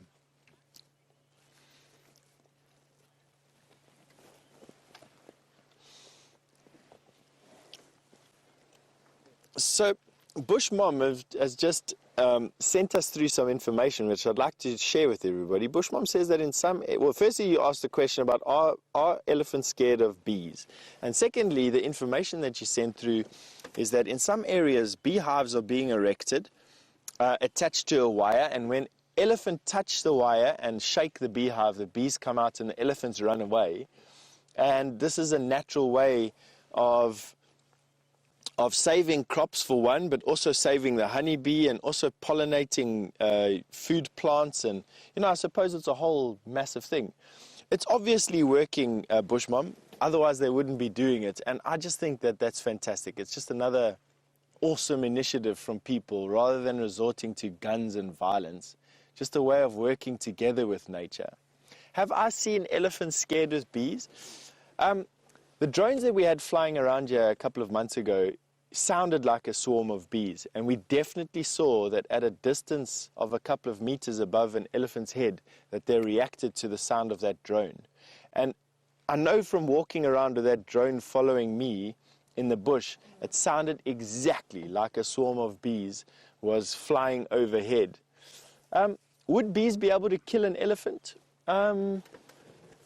No, I don't think that bees would be able to kill an elephant. I mean, they'd sting it on its face and its ears, and their ears are relatively sensitive. I mean, I don't think anything wants to be stung by a bee, barring a honey badger, perhaps. Even he wouldn't want to be stung by a bee. They just don't care. That's a good question. Scared of bees, the noise, I think, and the suddenness of bees arriving, the expected violence of an attack, the swarming around their face and in their ears. potentially bees crawling in their ears and stinging the sensitive parts of the ears, the tip of the trunk, on their eyes. Yes, I think that elephants would be scared of bees, and obviously it's an interesting thing, this initiative of the symbiosis between people, bees, and elephants. I think that that's quite an interesting story. So yeah, thank you very much for sharing that with us, Bushmom. Feel free to email that article or whatever information you can. Send it through to questions@wildearth.tv. I know Lou will try and print it out or send it to me via email. I'd love to read the whole article if you can. Just makes for some nice information to share with people all over the reserve.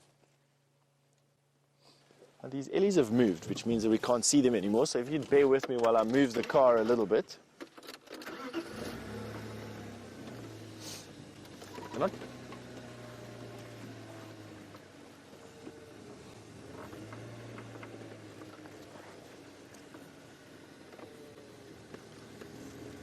Okay, I want to see if we can just go around the corner a little bit and see if we can get to these elephants. This road makes quite an interesting jink in front of us and actually goes in that direction, and see if we can get a little bit closer. There still only seem to be three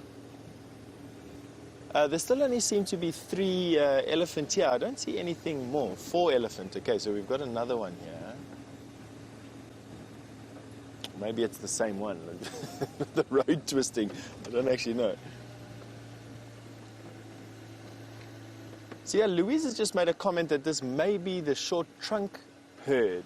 I know that she is in quite a small herd, and that's absolutely a viable comment there, Louise. Let's see if we can see one of the big female without the trunk, I think, is the key. There is one elephant. Let's see. She seems to be the biggest. Although I think this is that young male that with the single tusk. Let me just see. But that lady without the tip to her trunk, she's got a tiny calf with her, and I can't see a baby here. Although there are actually more than one.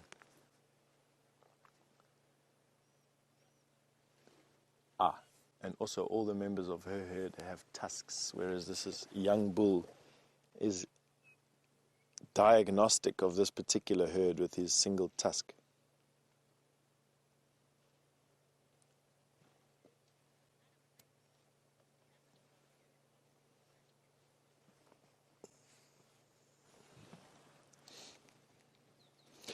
So Anna-Marie, you've asked me a question, or asked us a question, let me say. You've asked us a question about elephant tusks, and does the quality of the vegetation determine elephant tusk length or I suppose size, or is it purely genetic?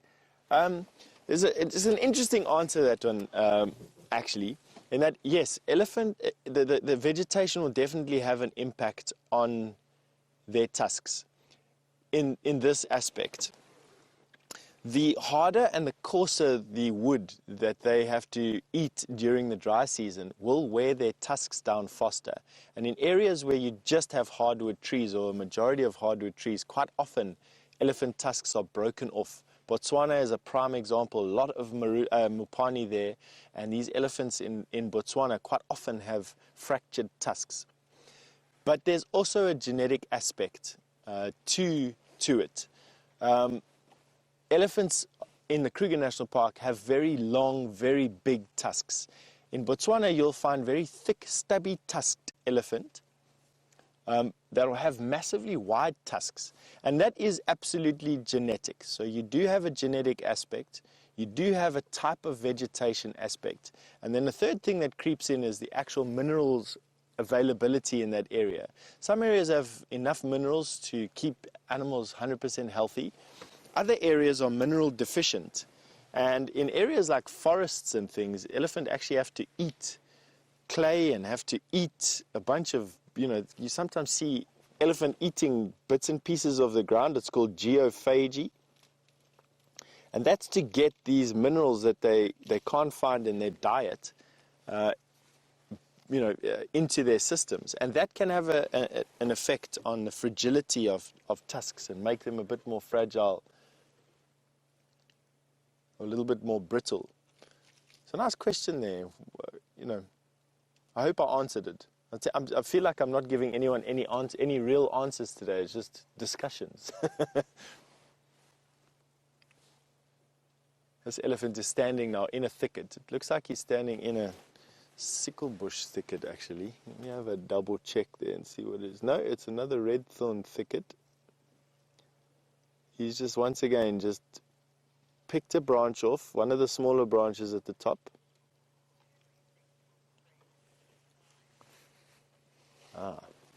Now Brent has managed in record time to make it to Cheetah Plains and has a surprise for you. I'm jealous.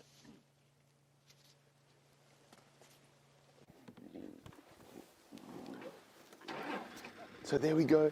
When I got the report, this buffalo was still alive, and the Styx lionesses have managed to catch a buffalo. And it's just expired, and the cubs are really getting stuck in.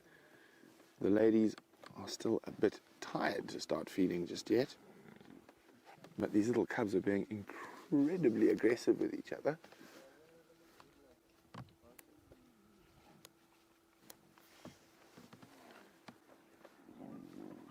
You can hear that growling.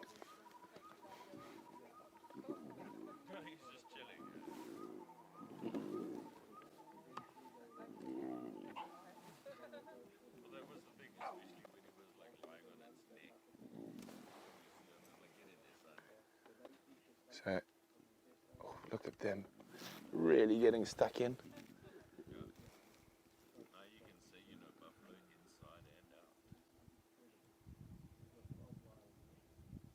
Oh, here we go. Listen to those little growls.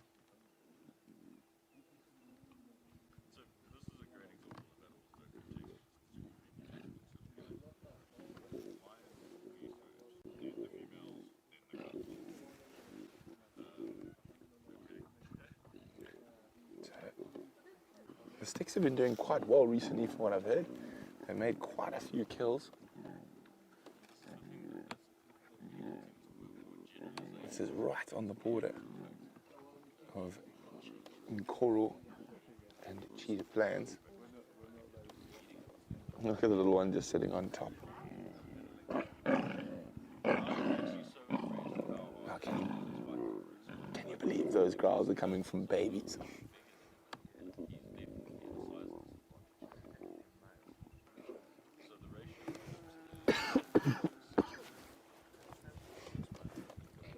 That. The one's absolutely drenched in blood already. Look at the other one's going to go drink the blood that's pooling.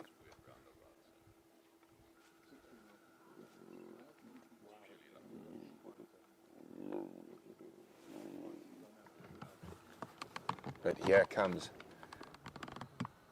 another Birmingham.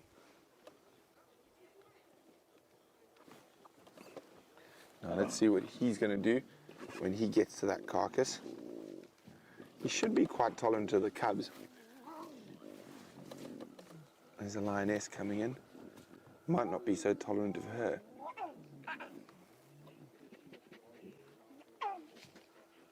See how she immediately backs off.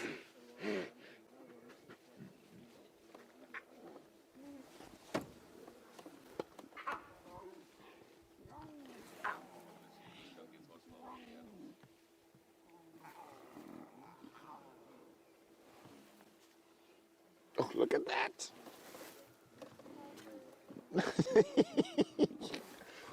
That is one drenched little cub.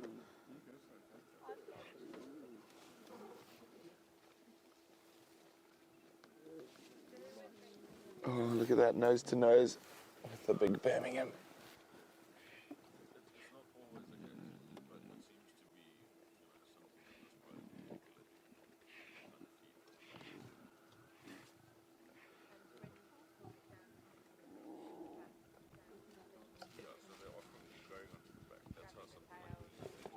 Oh, cub getting in trouble from dad.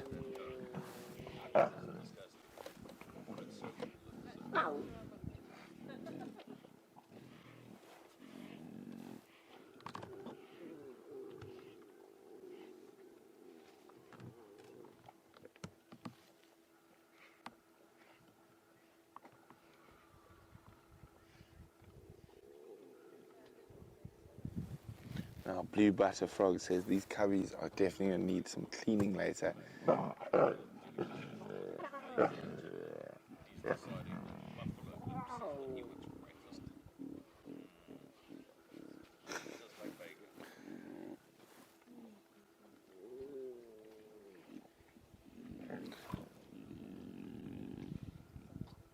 No, it's definitely been a lion morning. Oh, moving away.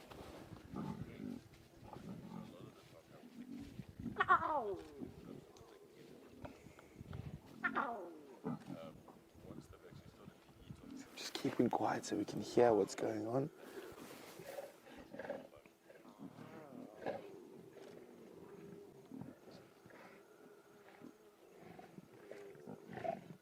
Now, the male will be tolerant of the cubs to a degree, but he might chase off the females.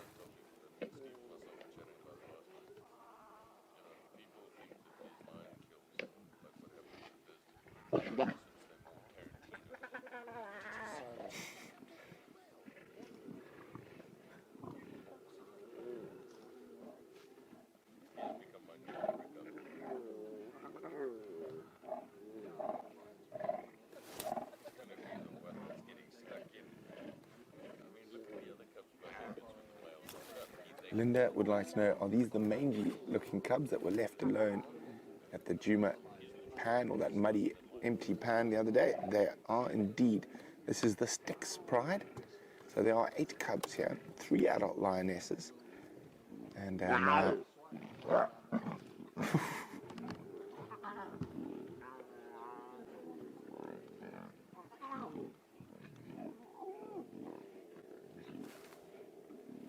sorry about that.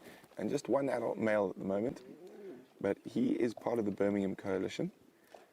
There's another one who's with the Torchwood Pride around the Kruger boundary and Torchwood, and then the 2 with the Nkuhuma Prides.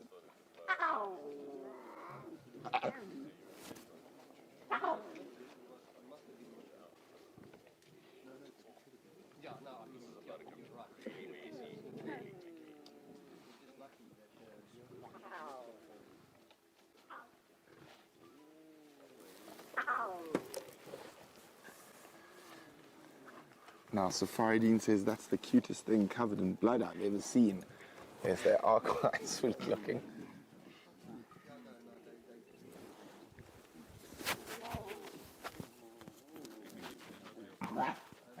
It's amazing how much they sound like adults when they growl.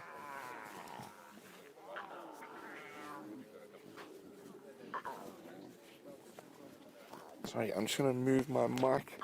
Sorry if it makes a terrible noise. There we go. Look at that.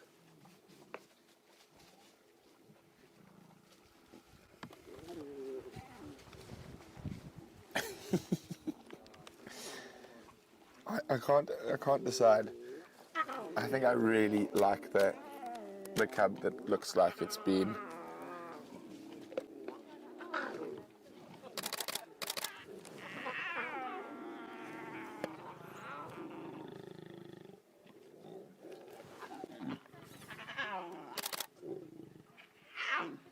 look at that. So James Richard is wondering, well, don't the cubs only have their milk teeth? So do they have to wait for an adult to open up? Oh, goodness. They probably, you've probably found, even with their milk teeth, they will be able to chew through certain parts of the skin, the softer area around the nether regions. But it's much easier when it has been opened by the adults, of course.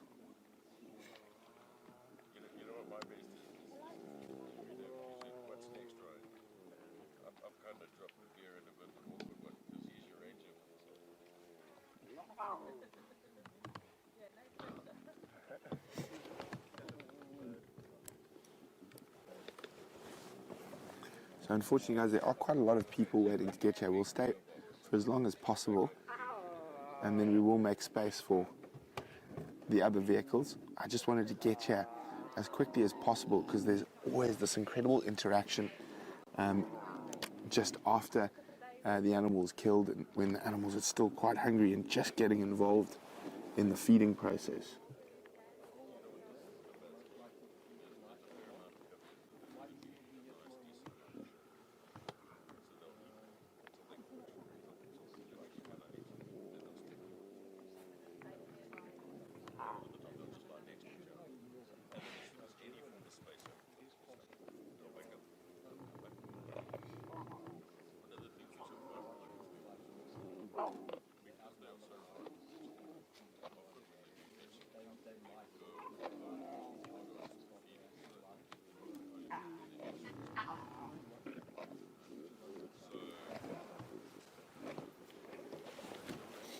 Look at those little guys.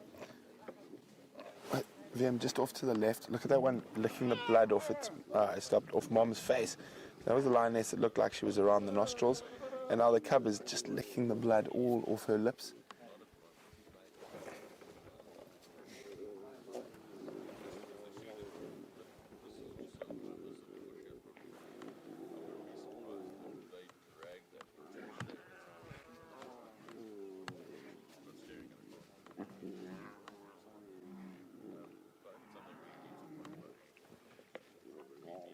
Lulu Fire is wondering, how did I find out that the Styx were on a kill? I got a call on the radio from Mike on Cheetah Plains.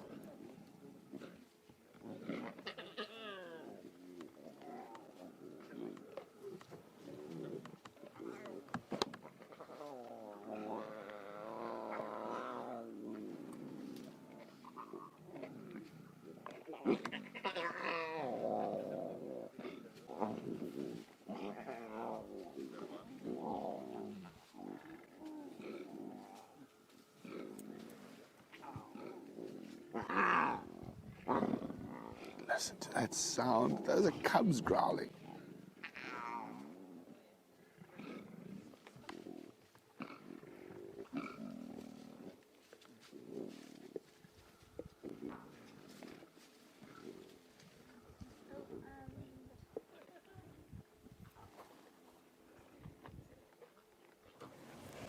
Now, Justin is wondering, how many lion kills could lions accumulate over their life? Oof, Justin, I'm afraid that's a near impossible thing to answer, because it all depends.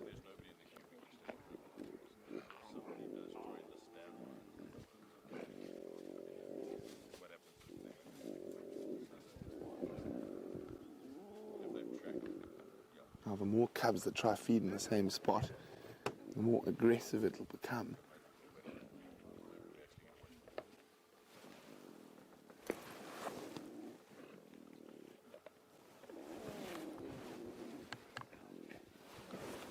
Looks like the male's dragging it now.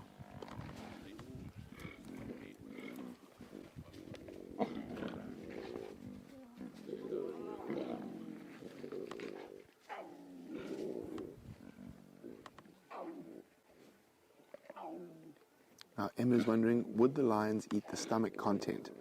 They would not, Emma. The stomach content of a buffalo is undigested grass. And of course, lions are after the meat. Now, the bones, if they are able to break open the bones, they definitely will eat them, as the marrow is a very, very good source of protein.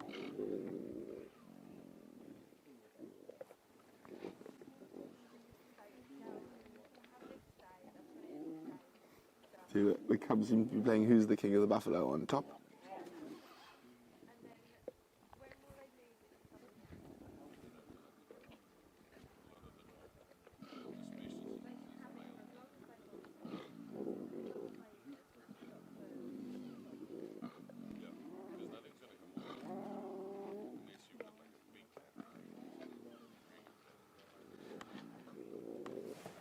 Just incredible to watch.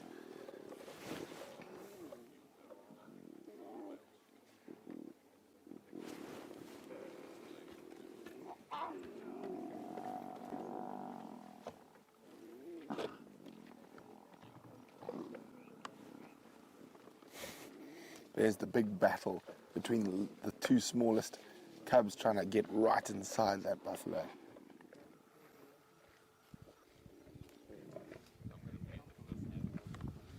Oh, watch out for Dad.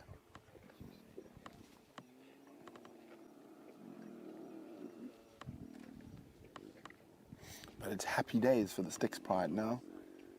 Lots of meat. Hopefully a good meal will start getting these cubs looking a little bit better.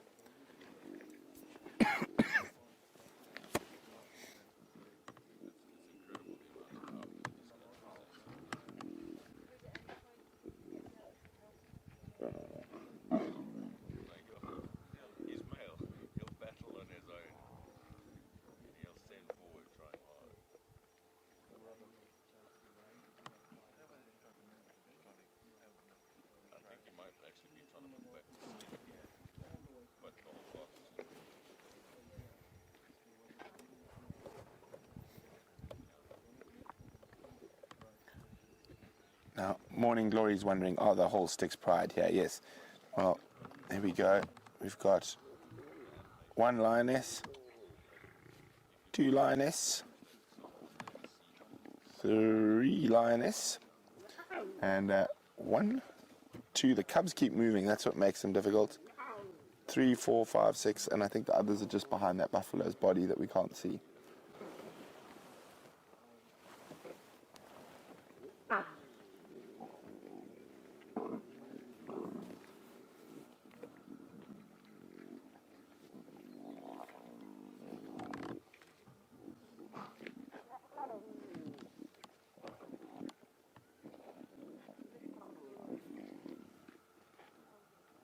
Look at that one sneaking up to try feed where the male's opened.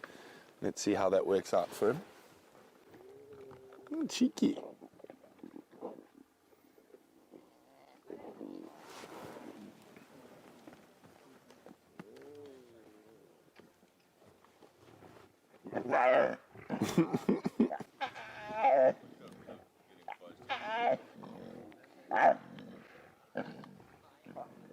Oh, he's going to keep trying. Gotta like his attitude.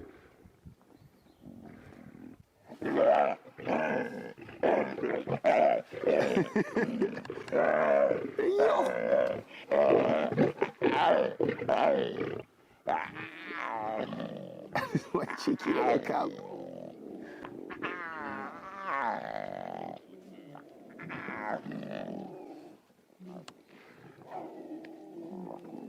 Oh, you've really got to admire the courage of that little one. I'll take a swat back at you, Dad.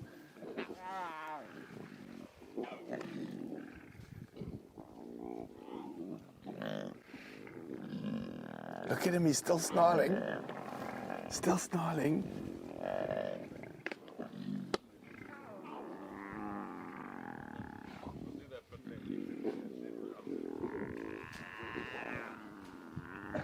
He's sneaking in again.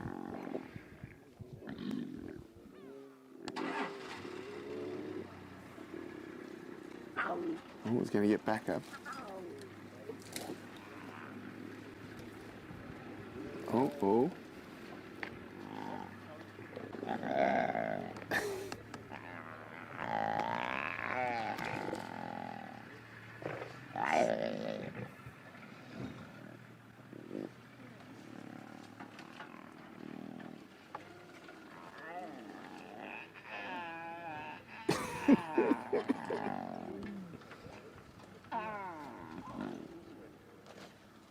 Look at this.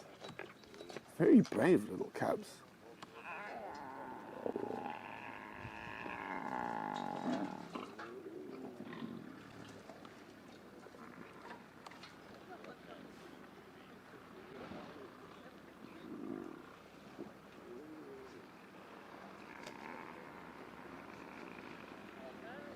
So Anne in Durban says surely nutrition is the best defense against the skin disorder. And yes, it is. Wat met jou? Ek is baie Doe woordskap. ek het vanmôre gesien. Manne moet bly weg van my.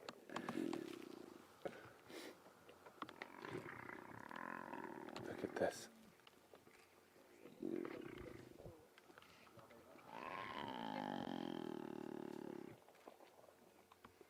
Hopefully that little cub is going to try and get to that area.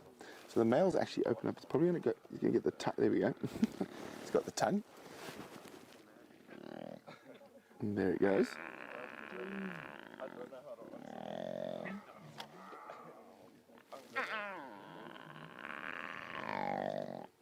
This little guy is still making an incredible racket while trying to sneak closer to where the male's feeding.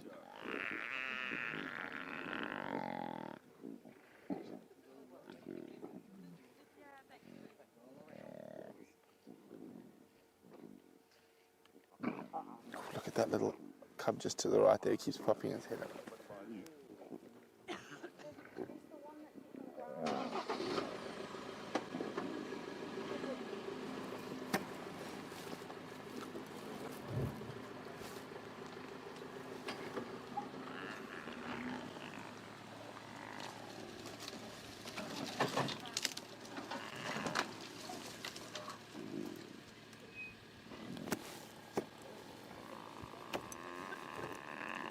Oh, here we go. The next one calling in.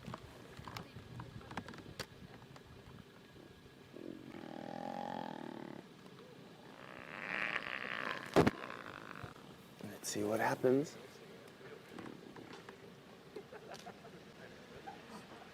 I'm not actually coming in here. I'm not actually coming in here.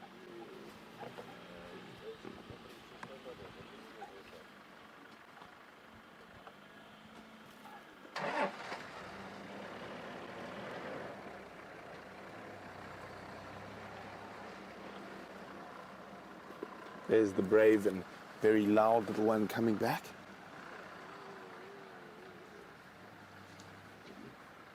Look at that incredible power, how that male moves that carcass.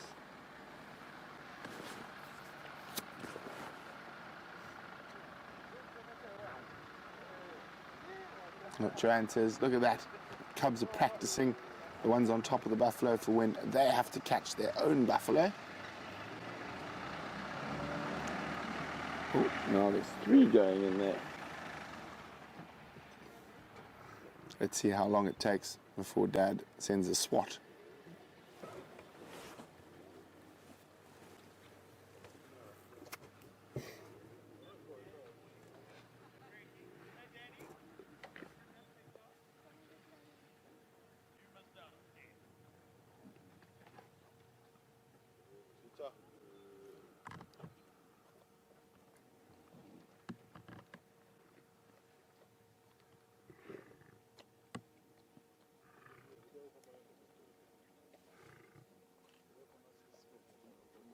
You can see how tolerant the males are of the cubs. Now, if that had to be a lioness, he would have probably whacked her around the ears already.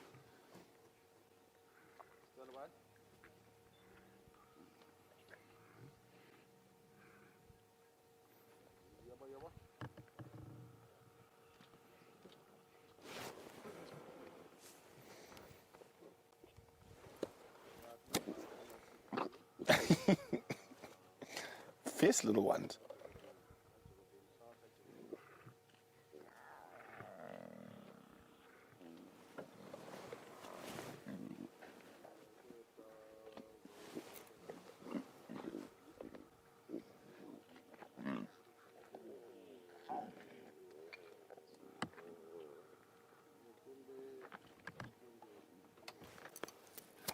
Now, Anna Marie is wondering if I think this Birmingham boy took part in the kill. Anna Marie, I know for a fact he did not.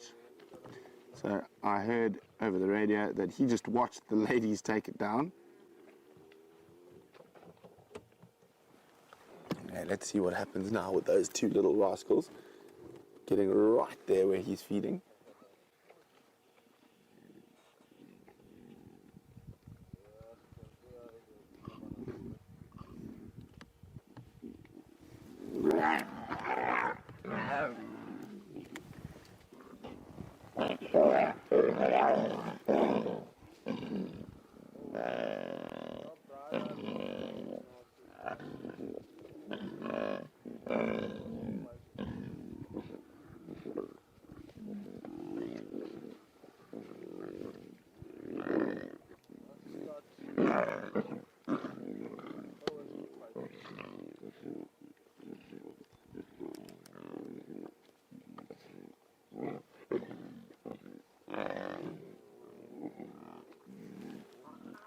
Safari Dean says, look, let's jump on top of the carcass and let Dad pull you around.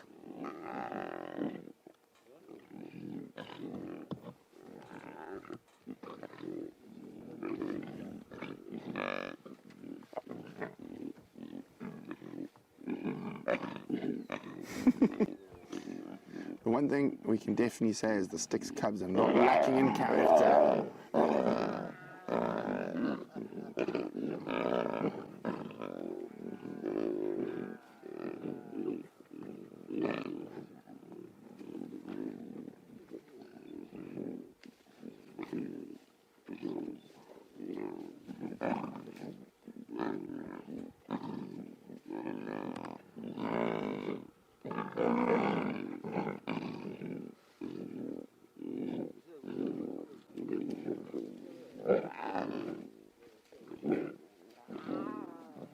The males moved off the lionesses and they try to come in and feed.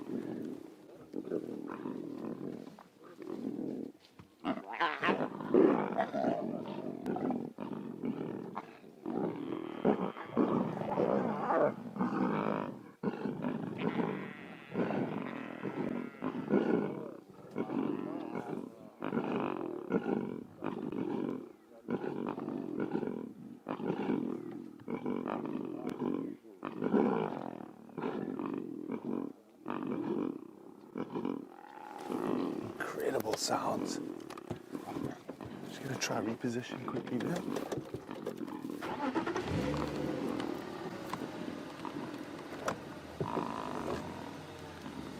Are there any stations standing by for the Tingana?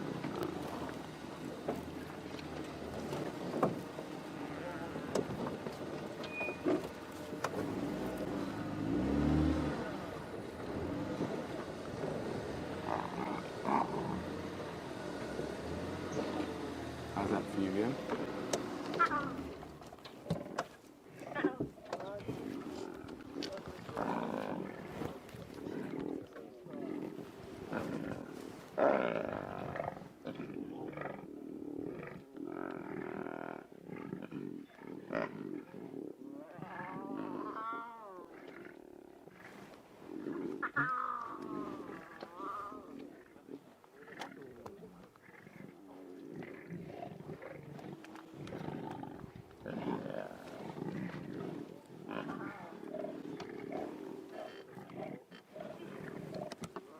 Sherry in Colorado. Sherry is wondering why lions don't hoist their kills like leopards. Well, Sherry, buffalo weighs a fair amount, and also lions are not the best tree climbers, whereas leopards are specially adapted to being able to climb trees. Lions not so much, and lions live in social groups, so it's more animals to protect their kill from potential other predators or thieves, whereas leopards are solitary, so it helps to have a larder.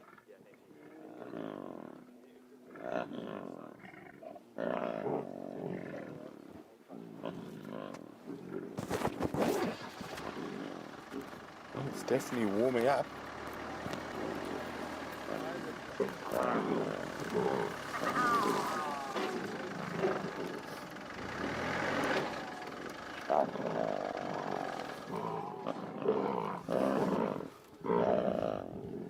The noise is just incredible.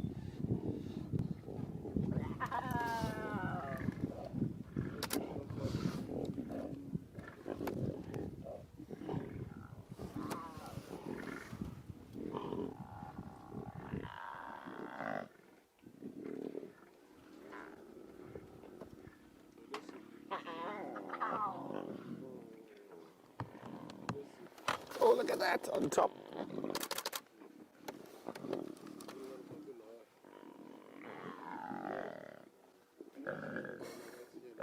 Get ready for a little war. Oh, well, it looks like it's all settled a little bit, so let's jump back on board with Stef Who's got a feathered friend?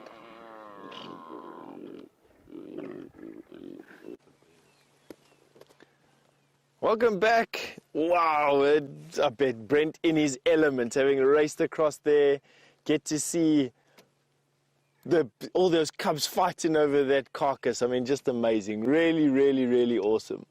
What you're looking at here, hopefully you can see, it's not the best view, but there in silhouette in the middle of the tree, just below the main stem, is a batelier. And these bateliers are just waiting for the thermals. We're almost ready for thermals at this time of the day. And there we go.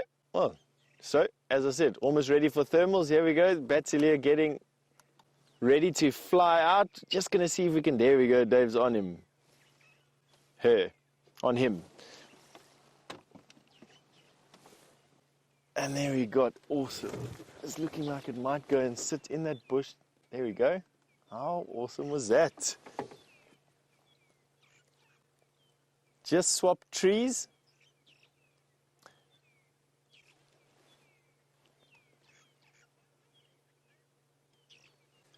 Chloe, all the way from Illinois, you've just asked me what's my favorite bird species. Ooh, I'd probably have to say, wow. My favorite call is definitely the crested francolin. As to my favorite bird species, probably the more animated of the birds. So any of the animated birds that don't just sit and do nothing all day or sit and wade. So I suppose the sunbirds and kingfishers I really enjoy. They're just always busy. And I suppose a group of birds that hold my interest. In other words, I'd like to travel to go to a place to go and see these types of birds. Would have to be the sunbirds or the hummingbirds. I just really enjoy their colors and the fact that they're just so super energetic. Now what's happened with this particular batelier? Now, bateliers are carrion feeders, so tying it into that carcass that you've just been hauled away from, is that these birds, these bateliers, will often get flying first before the vultures because they're slightly lighter than the vultures, so they can do with less of a thermal. They will then fly around and very often see carcasses first, land in trees nearby, and it's on the back of these birds finding kills first that often vultures will come and investigate a particular area.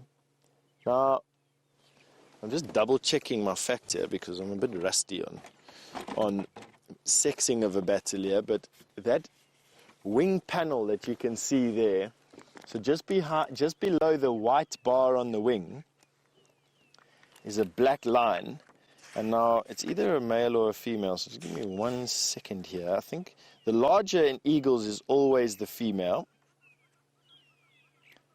and the smaller of the two is always the male. And the reason for that is that females have to produce an egg, and they do it using obviously the materials in their bodies, and they need to be slightly bigger because birds are incredibly weight sensitive.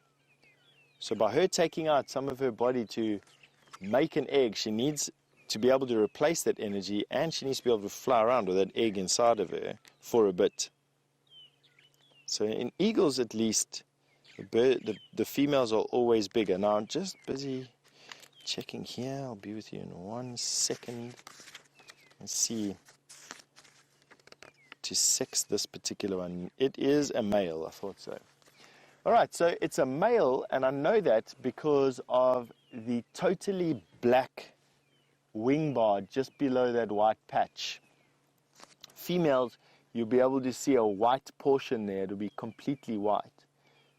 So when they're flying above you, half white, half black is male, and then a skinny little line is a female.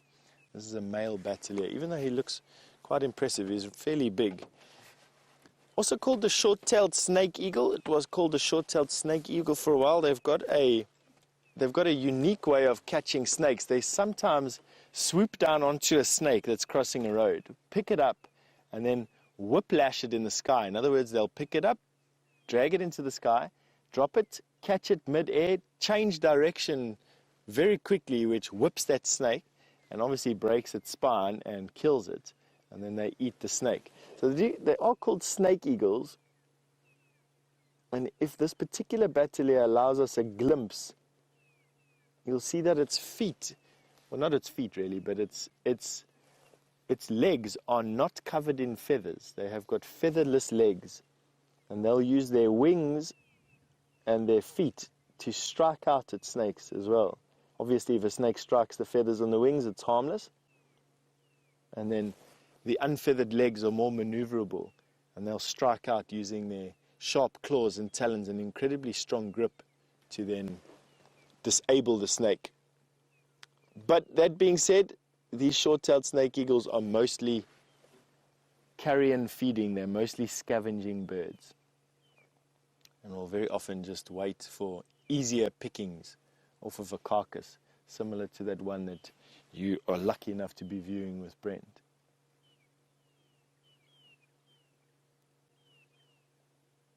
Quintessentially African way of looking at things is this snake eagle in their trees.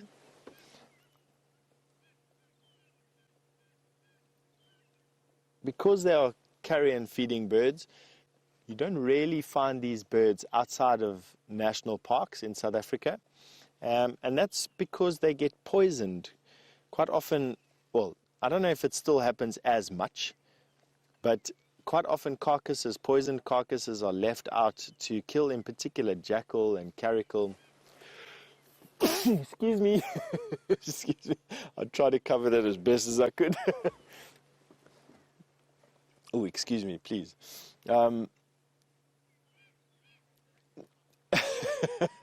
Sorry. And quite often they fall victim to these poisoned carcasses, and so pairs of bateleurs that live on the periphery of national parks in South Africa quite often fall victim, their babies especially, fall victim to these poisoned carcasses.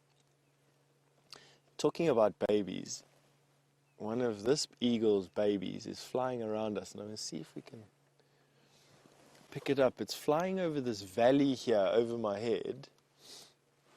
And while I need to get my pink head out of your shot there so I can stop disgusting you, let's see if we can see that. Now, it's probably landed now. It was busy calling now. And I can't actually see which tree it landed in. Let's go around the corner and see if we can see it a bit easier. Now, I know that it's immature because it was colorless. It had brown feathers, not black and white feathers.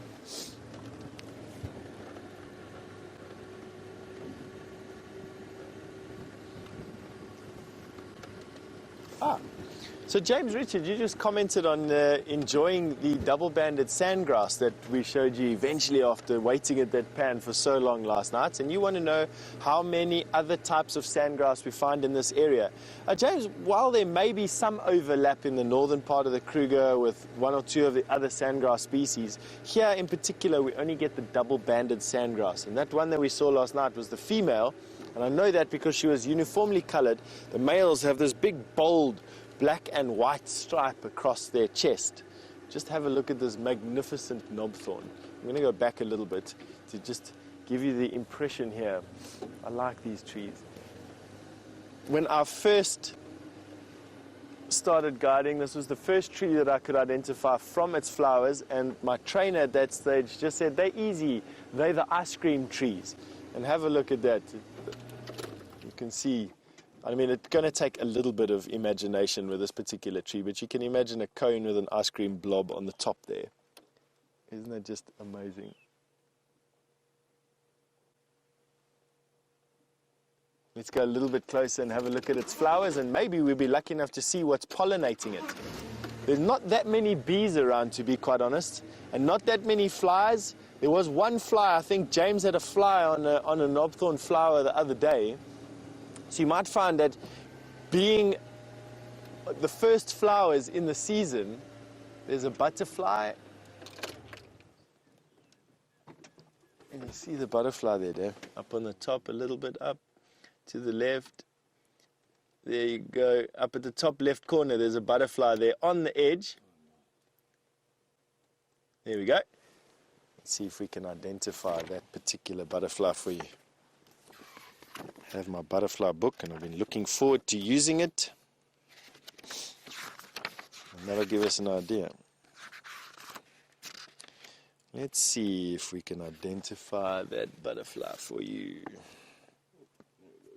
He fly away. We've still got him. I can't even see him anymore. Well done, Dave. I see quite a few insects actually swimming around here. Okay, so I've got the one. So here we go. You can come through here. I've figured it out. So the butterflies that are flying around here, busy pollinating this particular knobthorn acacia, are the acrias. And there was this acria, and the one that we were looking at was this one. So the window acria and the broad-bordered acria was the two of the butterflies that we saw busy pollinating this particular flower. The acria. You might find, let's see if we can see anything else. I don't see any bees, I just see those two butterflies. Let me have a... So we've got the acria again, right at the top there. Oh yes. There's one next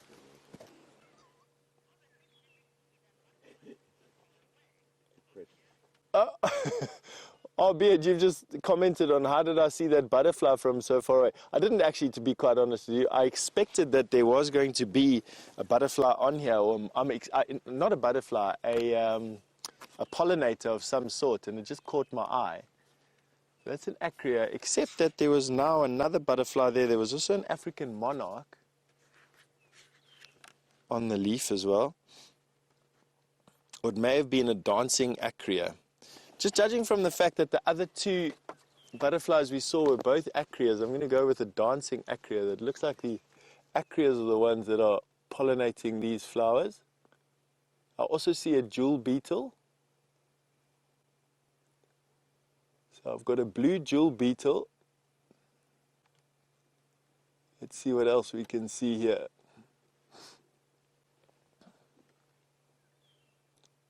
I'm going to see if I can show you that blue jewel beetle. It might be a little bit too much for this camera that we got. So, Dave, there where that butterfly's flying there now, Yes. there where it's landed, just above it, the topmost flower has got a dark spot in the middle of it. That's a jewel beetle. Let me see, go, there we go, we're going in. There we go, you can see that there where that butterfly just threw, there we go. That dark spot is a jewel beetle, a blue jewel beetle. And that jewel beetle will be probably sucking the sap from the tree or feeding on the pollen. So we've got jewel beetles, some acrias. I don't see anything else. So butterflies and beetles so far. It's going to be interesting to see what else comes onto these flowers. But anyway, thank you for sharing these flowers with us, you fantastic tree. And on that note, I think it would be good to send you all the way back through to those lions with Brent, who's got an update on what they've been doing.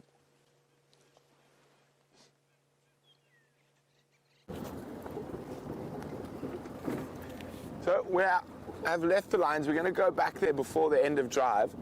I'm just going to go take a quick check around the southern open areas, see if there's a possibility of a cheetah or ostriches, and or maybe I'm hoping to catch up with Gnormin the Gnu, my old mate. Oof.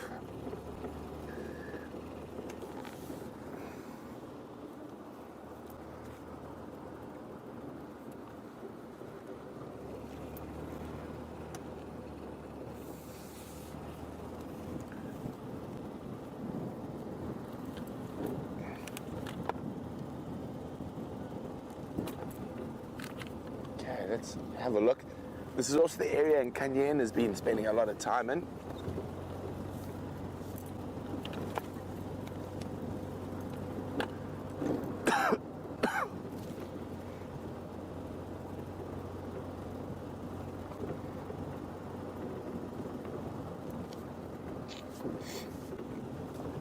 Now, good morning to Siberia, one of our Zoomies.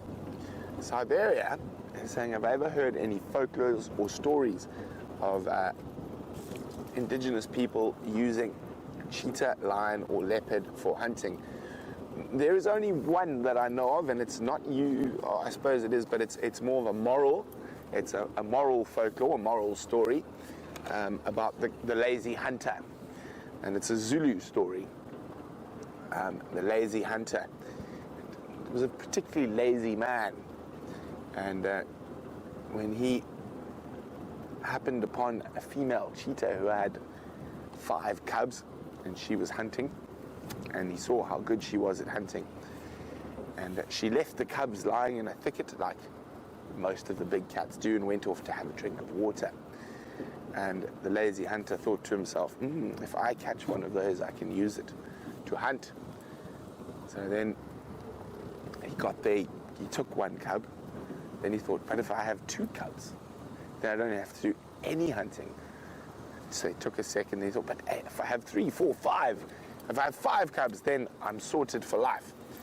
So he took all 5 cubs and disappeared. The female cheetah came back, and she started calling and crying, and she cried so much that it darkened and stained her face, and that's why cheetah have those black tear marks going down their eyes. Eventually one of the village elders said, Mother Cheetah, what is the problem? She says, I don't know. Someone has stolen my cubs. And eventually that lazy hunter got caught. The village elders returned the baby, cheetah to mom, and the lazy hunter was expelled to wander the wilderness on his own. That's the only story I've heard of.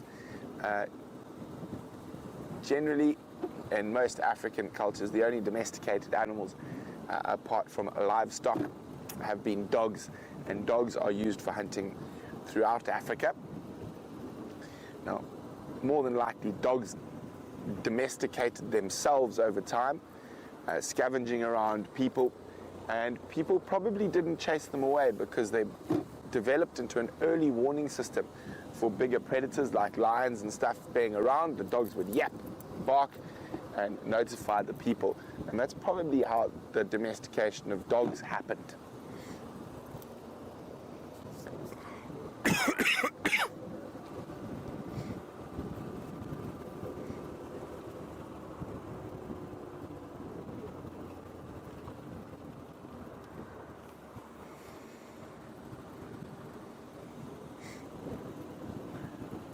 Hi, Virginia. Virginia is in Kentucky, and Virginia would like to know what is the most intelligent animal in the bush and the least intelligent animal. Well, Virginia, that's a difficult question because I suppose a lot of actually what we would consider intellect is actually instinct, but I'd say probably in terms of the capacity of learning, the most intelligent animals in the bush are probably baboons and vervet monkeys, and with hyenas very close in that. Those 3 probably the most intelligent. The most stupid.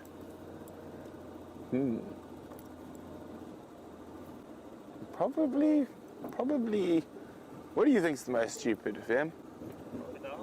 No, crocodile is actually one of the not. It's one of the only reptiles that has the capacity for learning. And I definitely say crocodile is smarter than quite a few other things out there. Snails, yes, snails are probably quite stupid. But I think Virginia is referring to mammals. I'd probably say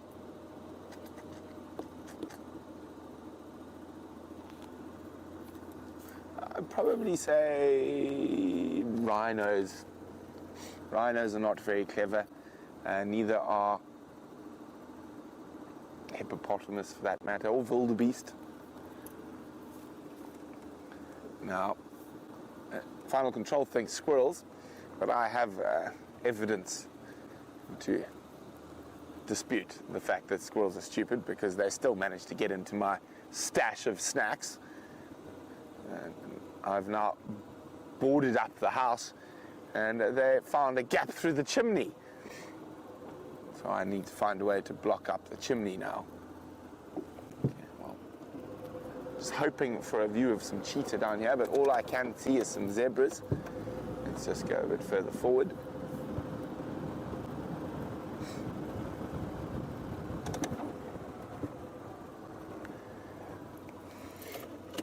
Probably making their way slowly towards the Cheetah Plains pan.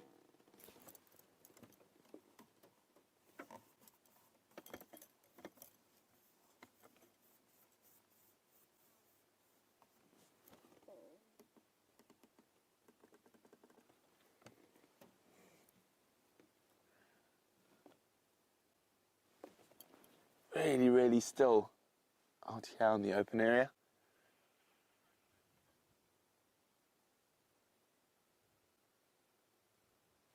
Well, let's leave the zebras, and hopefully before the end of the show we'll have a chance to go back into those lines.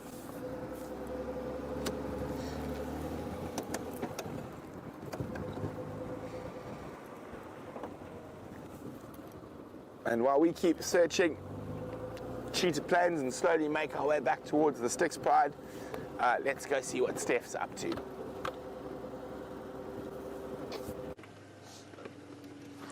Welcome back, welcome back. We've come to Mumba Road, and it was round about here that young or that juvenile batelier was flying around. I'm hoping that we get to see some of it. I was looking at all the little bumps and protrusions in any of the trees that we got around. And then I'm also heading down towards the Mulwati, because I did say that I'd like to travel in the Mulwati a little bit today so that we can see if any of the weeping boer beans are flowering in that area. In particular, I'm wanting to go there because, similar to that knobthorn that you were just with, they're starting to flower. I'm hoping that they're starting to flower, and because of the massive nectar load that the weeping boer bean flower produces, it is a hive of activity. They literally, you don't even understand, the bush just moves around them with things.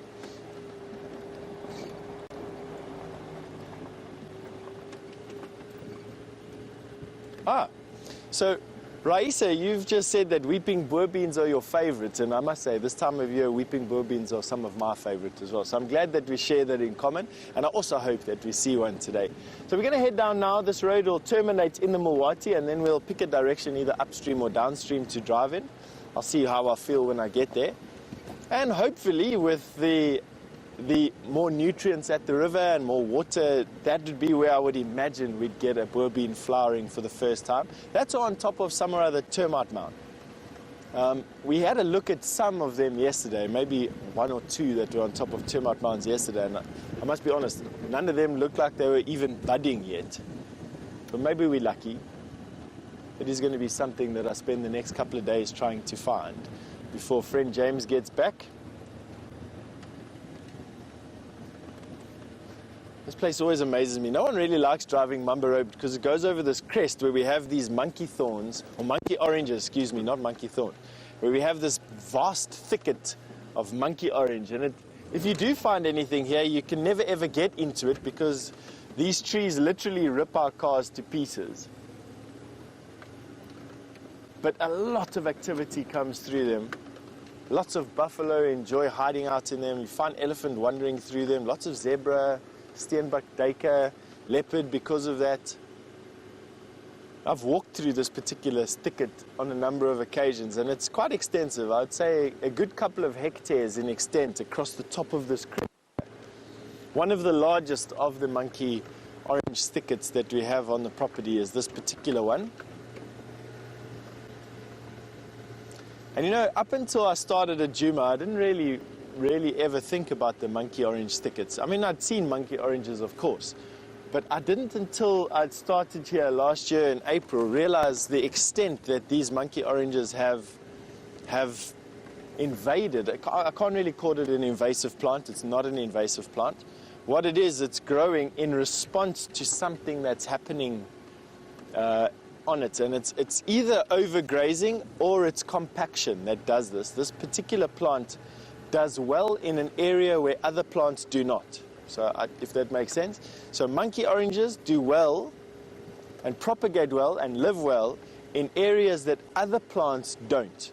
And generally, when you got a reduction in climax communities of plants, it is because of either compaction, lots of animal traffic, or overgrazing. Also, once again, just lots of animals just overgrazing all the nice plants. Well, I got some issues going on with my sound here. Let me just check in my pocket. All right, it was probably because I was leaning against it a little bit too much there and it couldn't speak nicely to the receiver. We should be sorted out now. I've now gone back into my usual position. Standard game drive position. All right, so now we are approaching the Mulwati and I'm busy scanning. The flowers of the weeping boerbean are a blood red color. And so what I'm looking for is any bush with a sort of reddish tinge.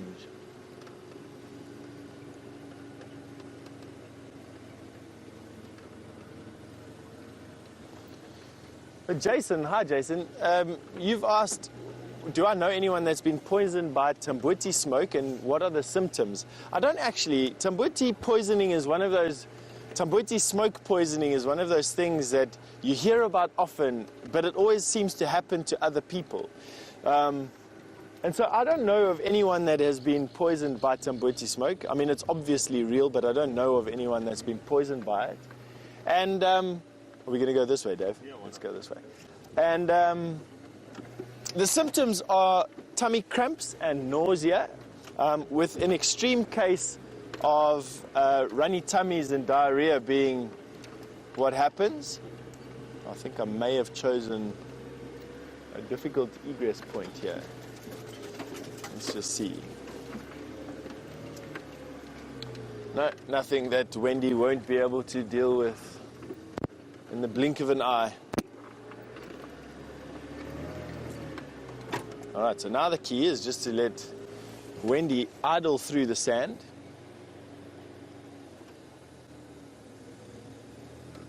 I mean, to the point where I could get onto the door and have a chat to you like this. Oops, wait, except if my thigh stops the steering wheel from going where it needs to go.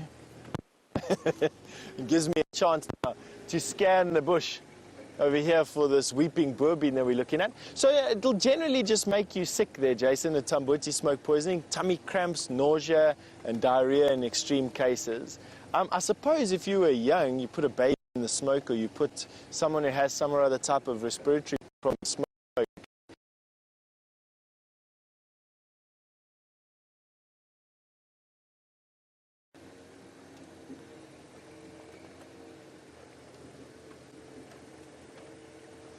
All right, we may have a little bit of signal breakup. We're in a depression here, and quite often our signal can't get out of these low places and get to our signal. So excuse us if we break up, but we'll quickly drive out of those areas. And let's see if Wendy can make this corner without a gentle prod of the accelerator pedal. All right, and while we just get out of this low signal area, and hopefully we don't find a boerbean in here, we're going to send you over to Brent, who doesn't have any of those problems whatsoever.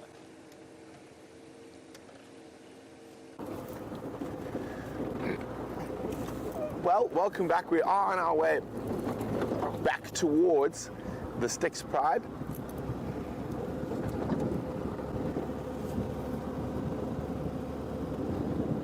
So we're heading up towards the northern boundary between Cheetah Plains and Nkoro, and that's exactly where the kill is, but a little bit closer to 3 in a row pad.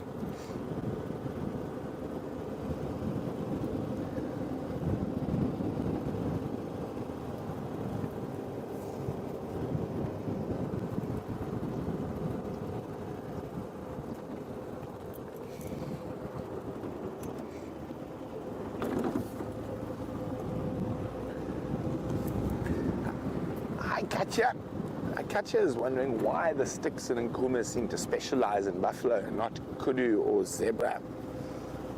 Well, Katja, there's a lot of buffalo here, and specifically with this drought, there is... Oh, sorry, Katja. There is a lot of buffalo bulls, and especially with this drought, they are not in great condition, so there's a high reward for the risk that they take on catching those buffalo.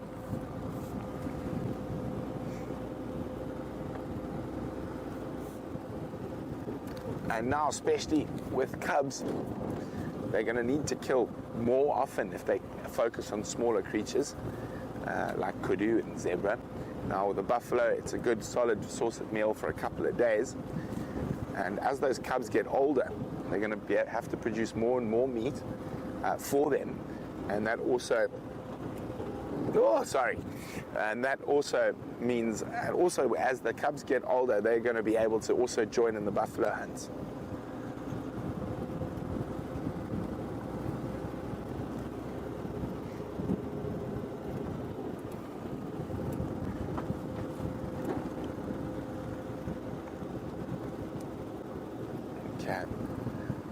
I just got to make sure that there's space back with the Styx.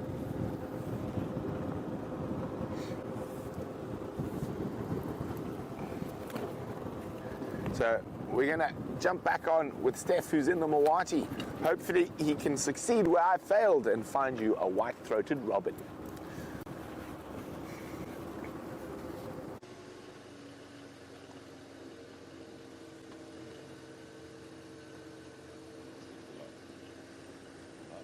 Oh, really? Oopsie, sorry. I've got my microphone unplugged and I didn't know I was live.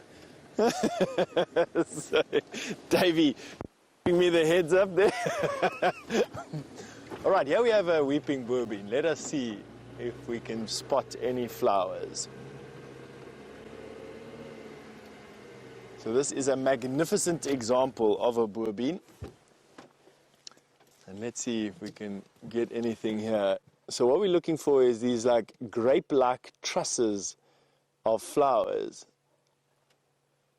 And similar to every other boerbean that I've actually seen for the last week or so, since the knobthorns have started flying, not even a bud.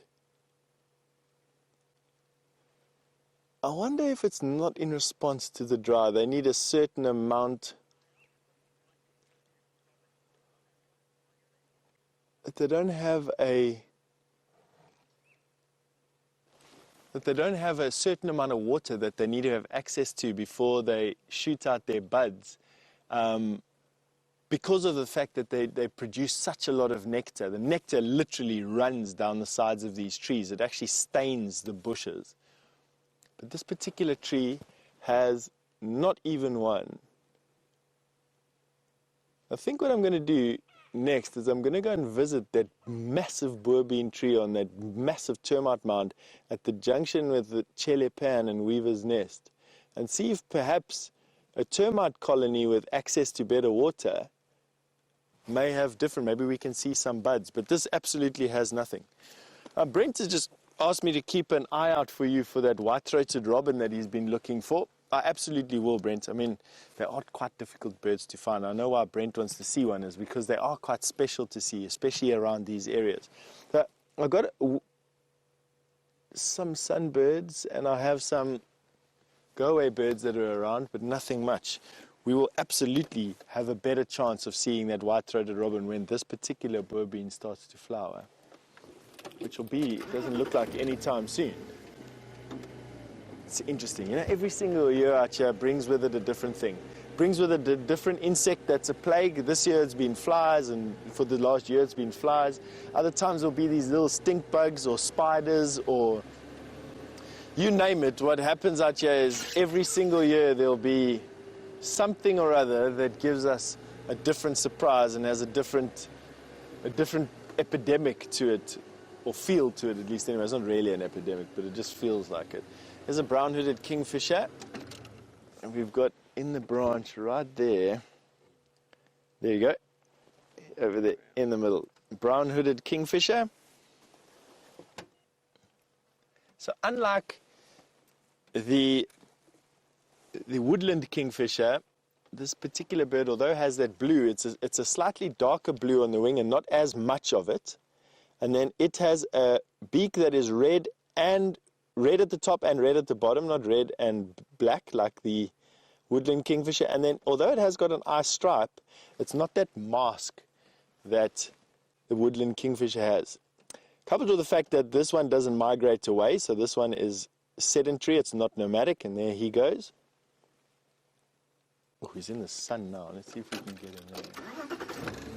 And they have a Catholic diet, is how they describe it. This little kingfisher will eat anything, from lizards to snakes, from frogs to tadpoles, mice, all the way through to anything that it can catch and kill, this little bird.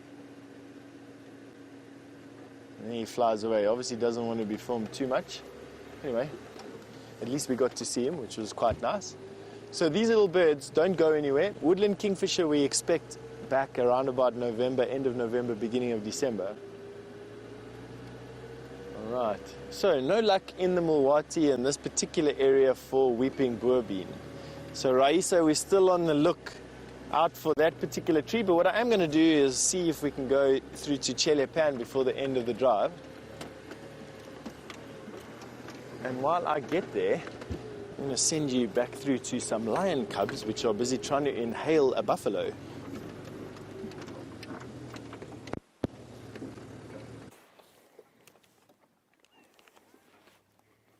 Well, they're doing a pretty good job. Some of them have already eaten their full and have just passed out, like this little guy here. And the others, there's 2 cubs still feeding and 1 lioness. The rest have spread out.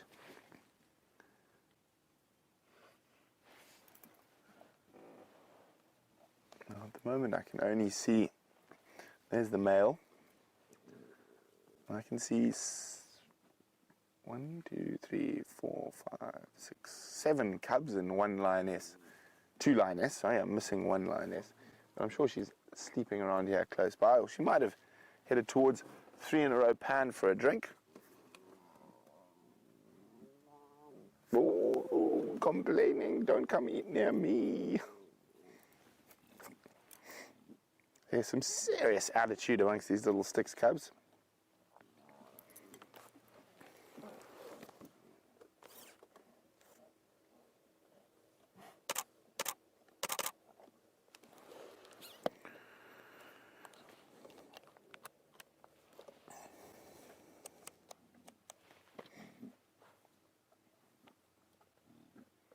Now you can see that little one is there where the male opened up. Oh, she's trying to pull it into the shade.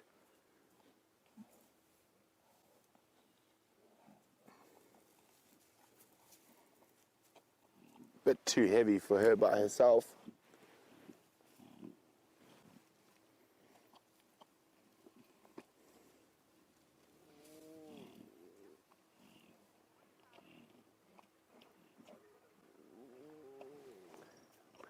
Justin's wondering, would lions eat till they make themselves sick? Sometimes. Oh, hello. There's that little one with the very tatty ears. Apparently it's been nicknamed Mandlev, which means ears. Oh, look at that. Look how strong she is. Still not quite able to pull it into the shade by herself, or maybe she'll succeed. The little one just hanging on.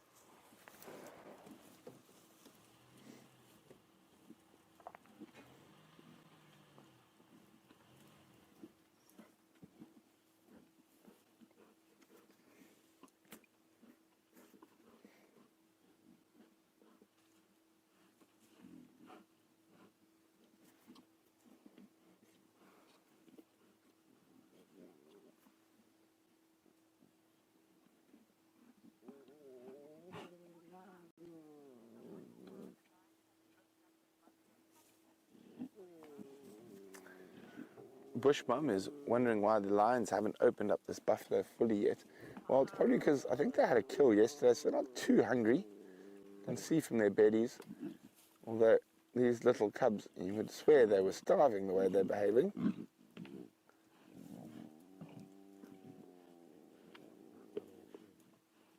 Sorry? Oh, look at that. Wow, he's actually quite high. Sorry, I was watching the lions on the kill. But look at that little cub right up a little bush willow tree, just for fun.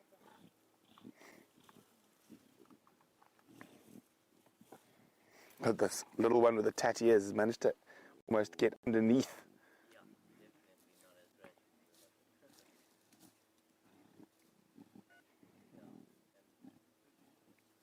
Okay, well, we're going to stay with the lions, but Stef would like to bid you adieu, so let's go see him quickly.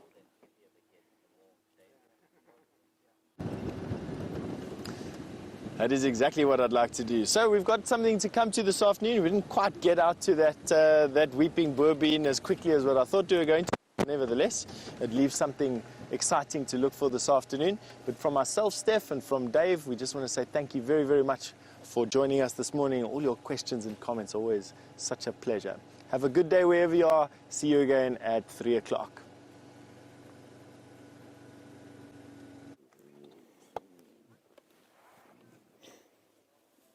So it's definitely been a lion-filled day.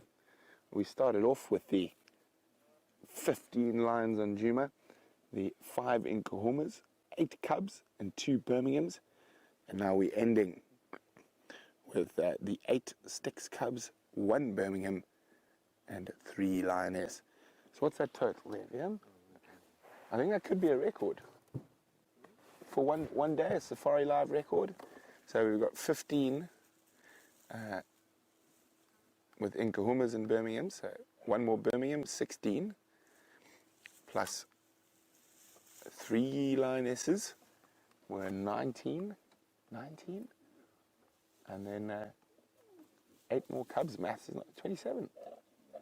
27 lions in a drive. Wow, not bad going.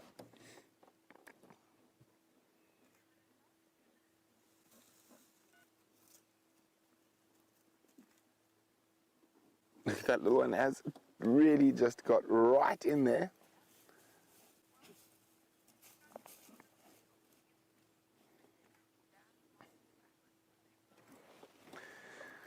I think Gavin is a spot on there. He says the Styx are definitely do not have the privilege of beauty, but these little cubs will be very good scrappers when they grow up. And sometimes that's better than being beautiful, knowing how to hold yourself in a fight.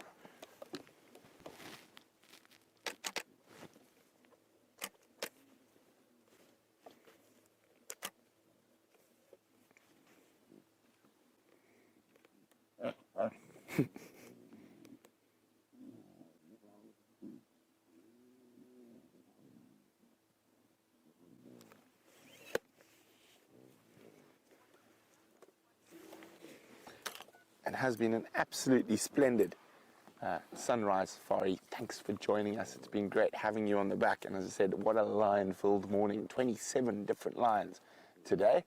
And, well, we're going to have to make some choices for the Sunset Safari, where to go.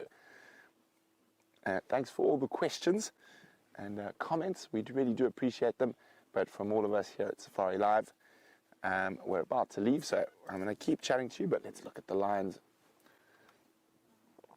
Look at that little one. He's really got stuck in, whole head inside that buffalo cow's, well, what would be her mouth, where the male has eaten the tongue already.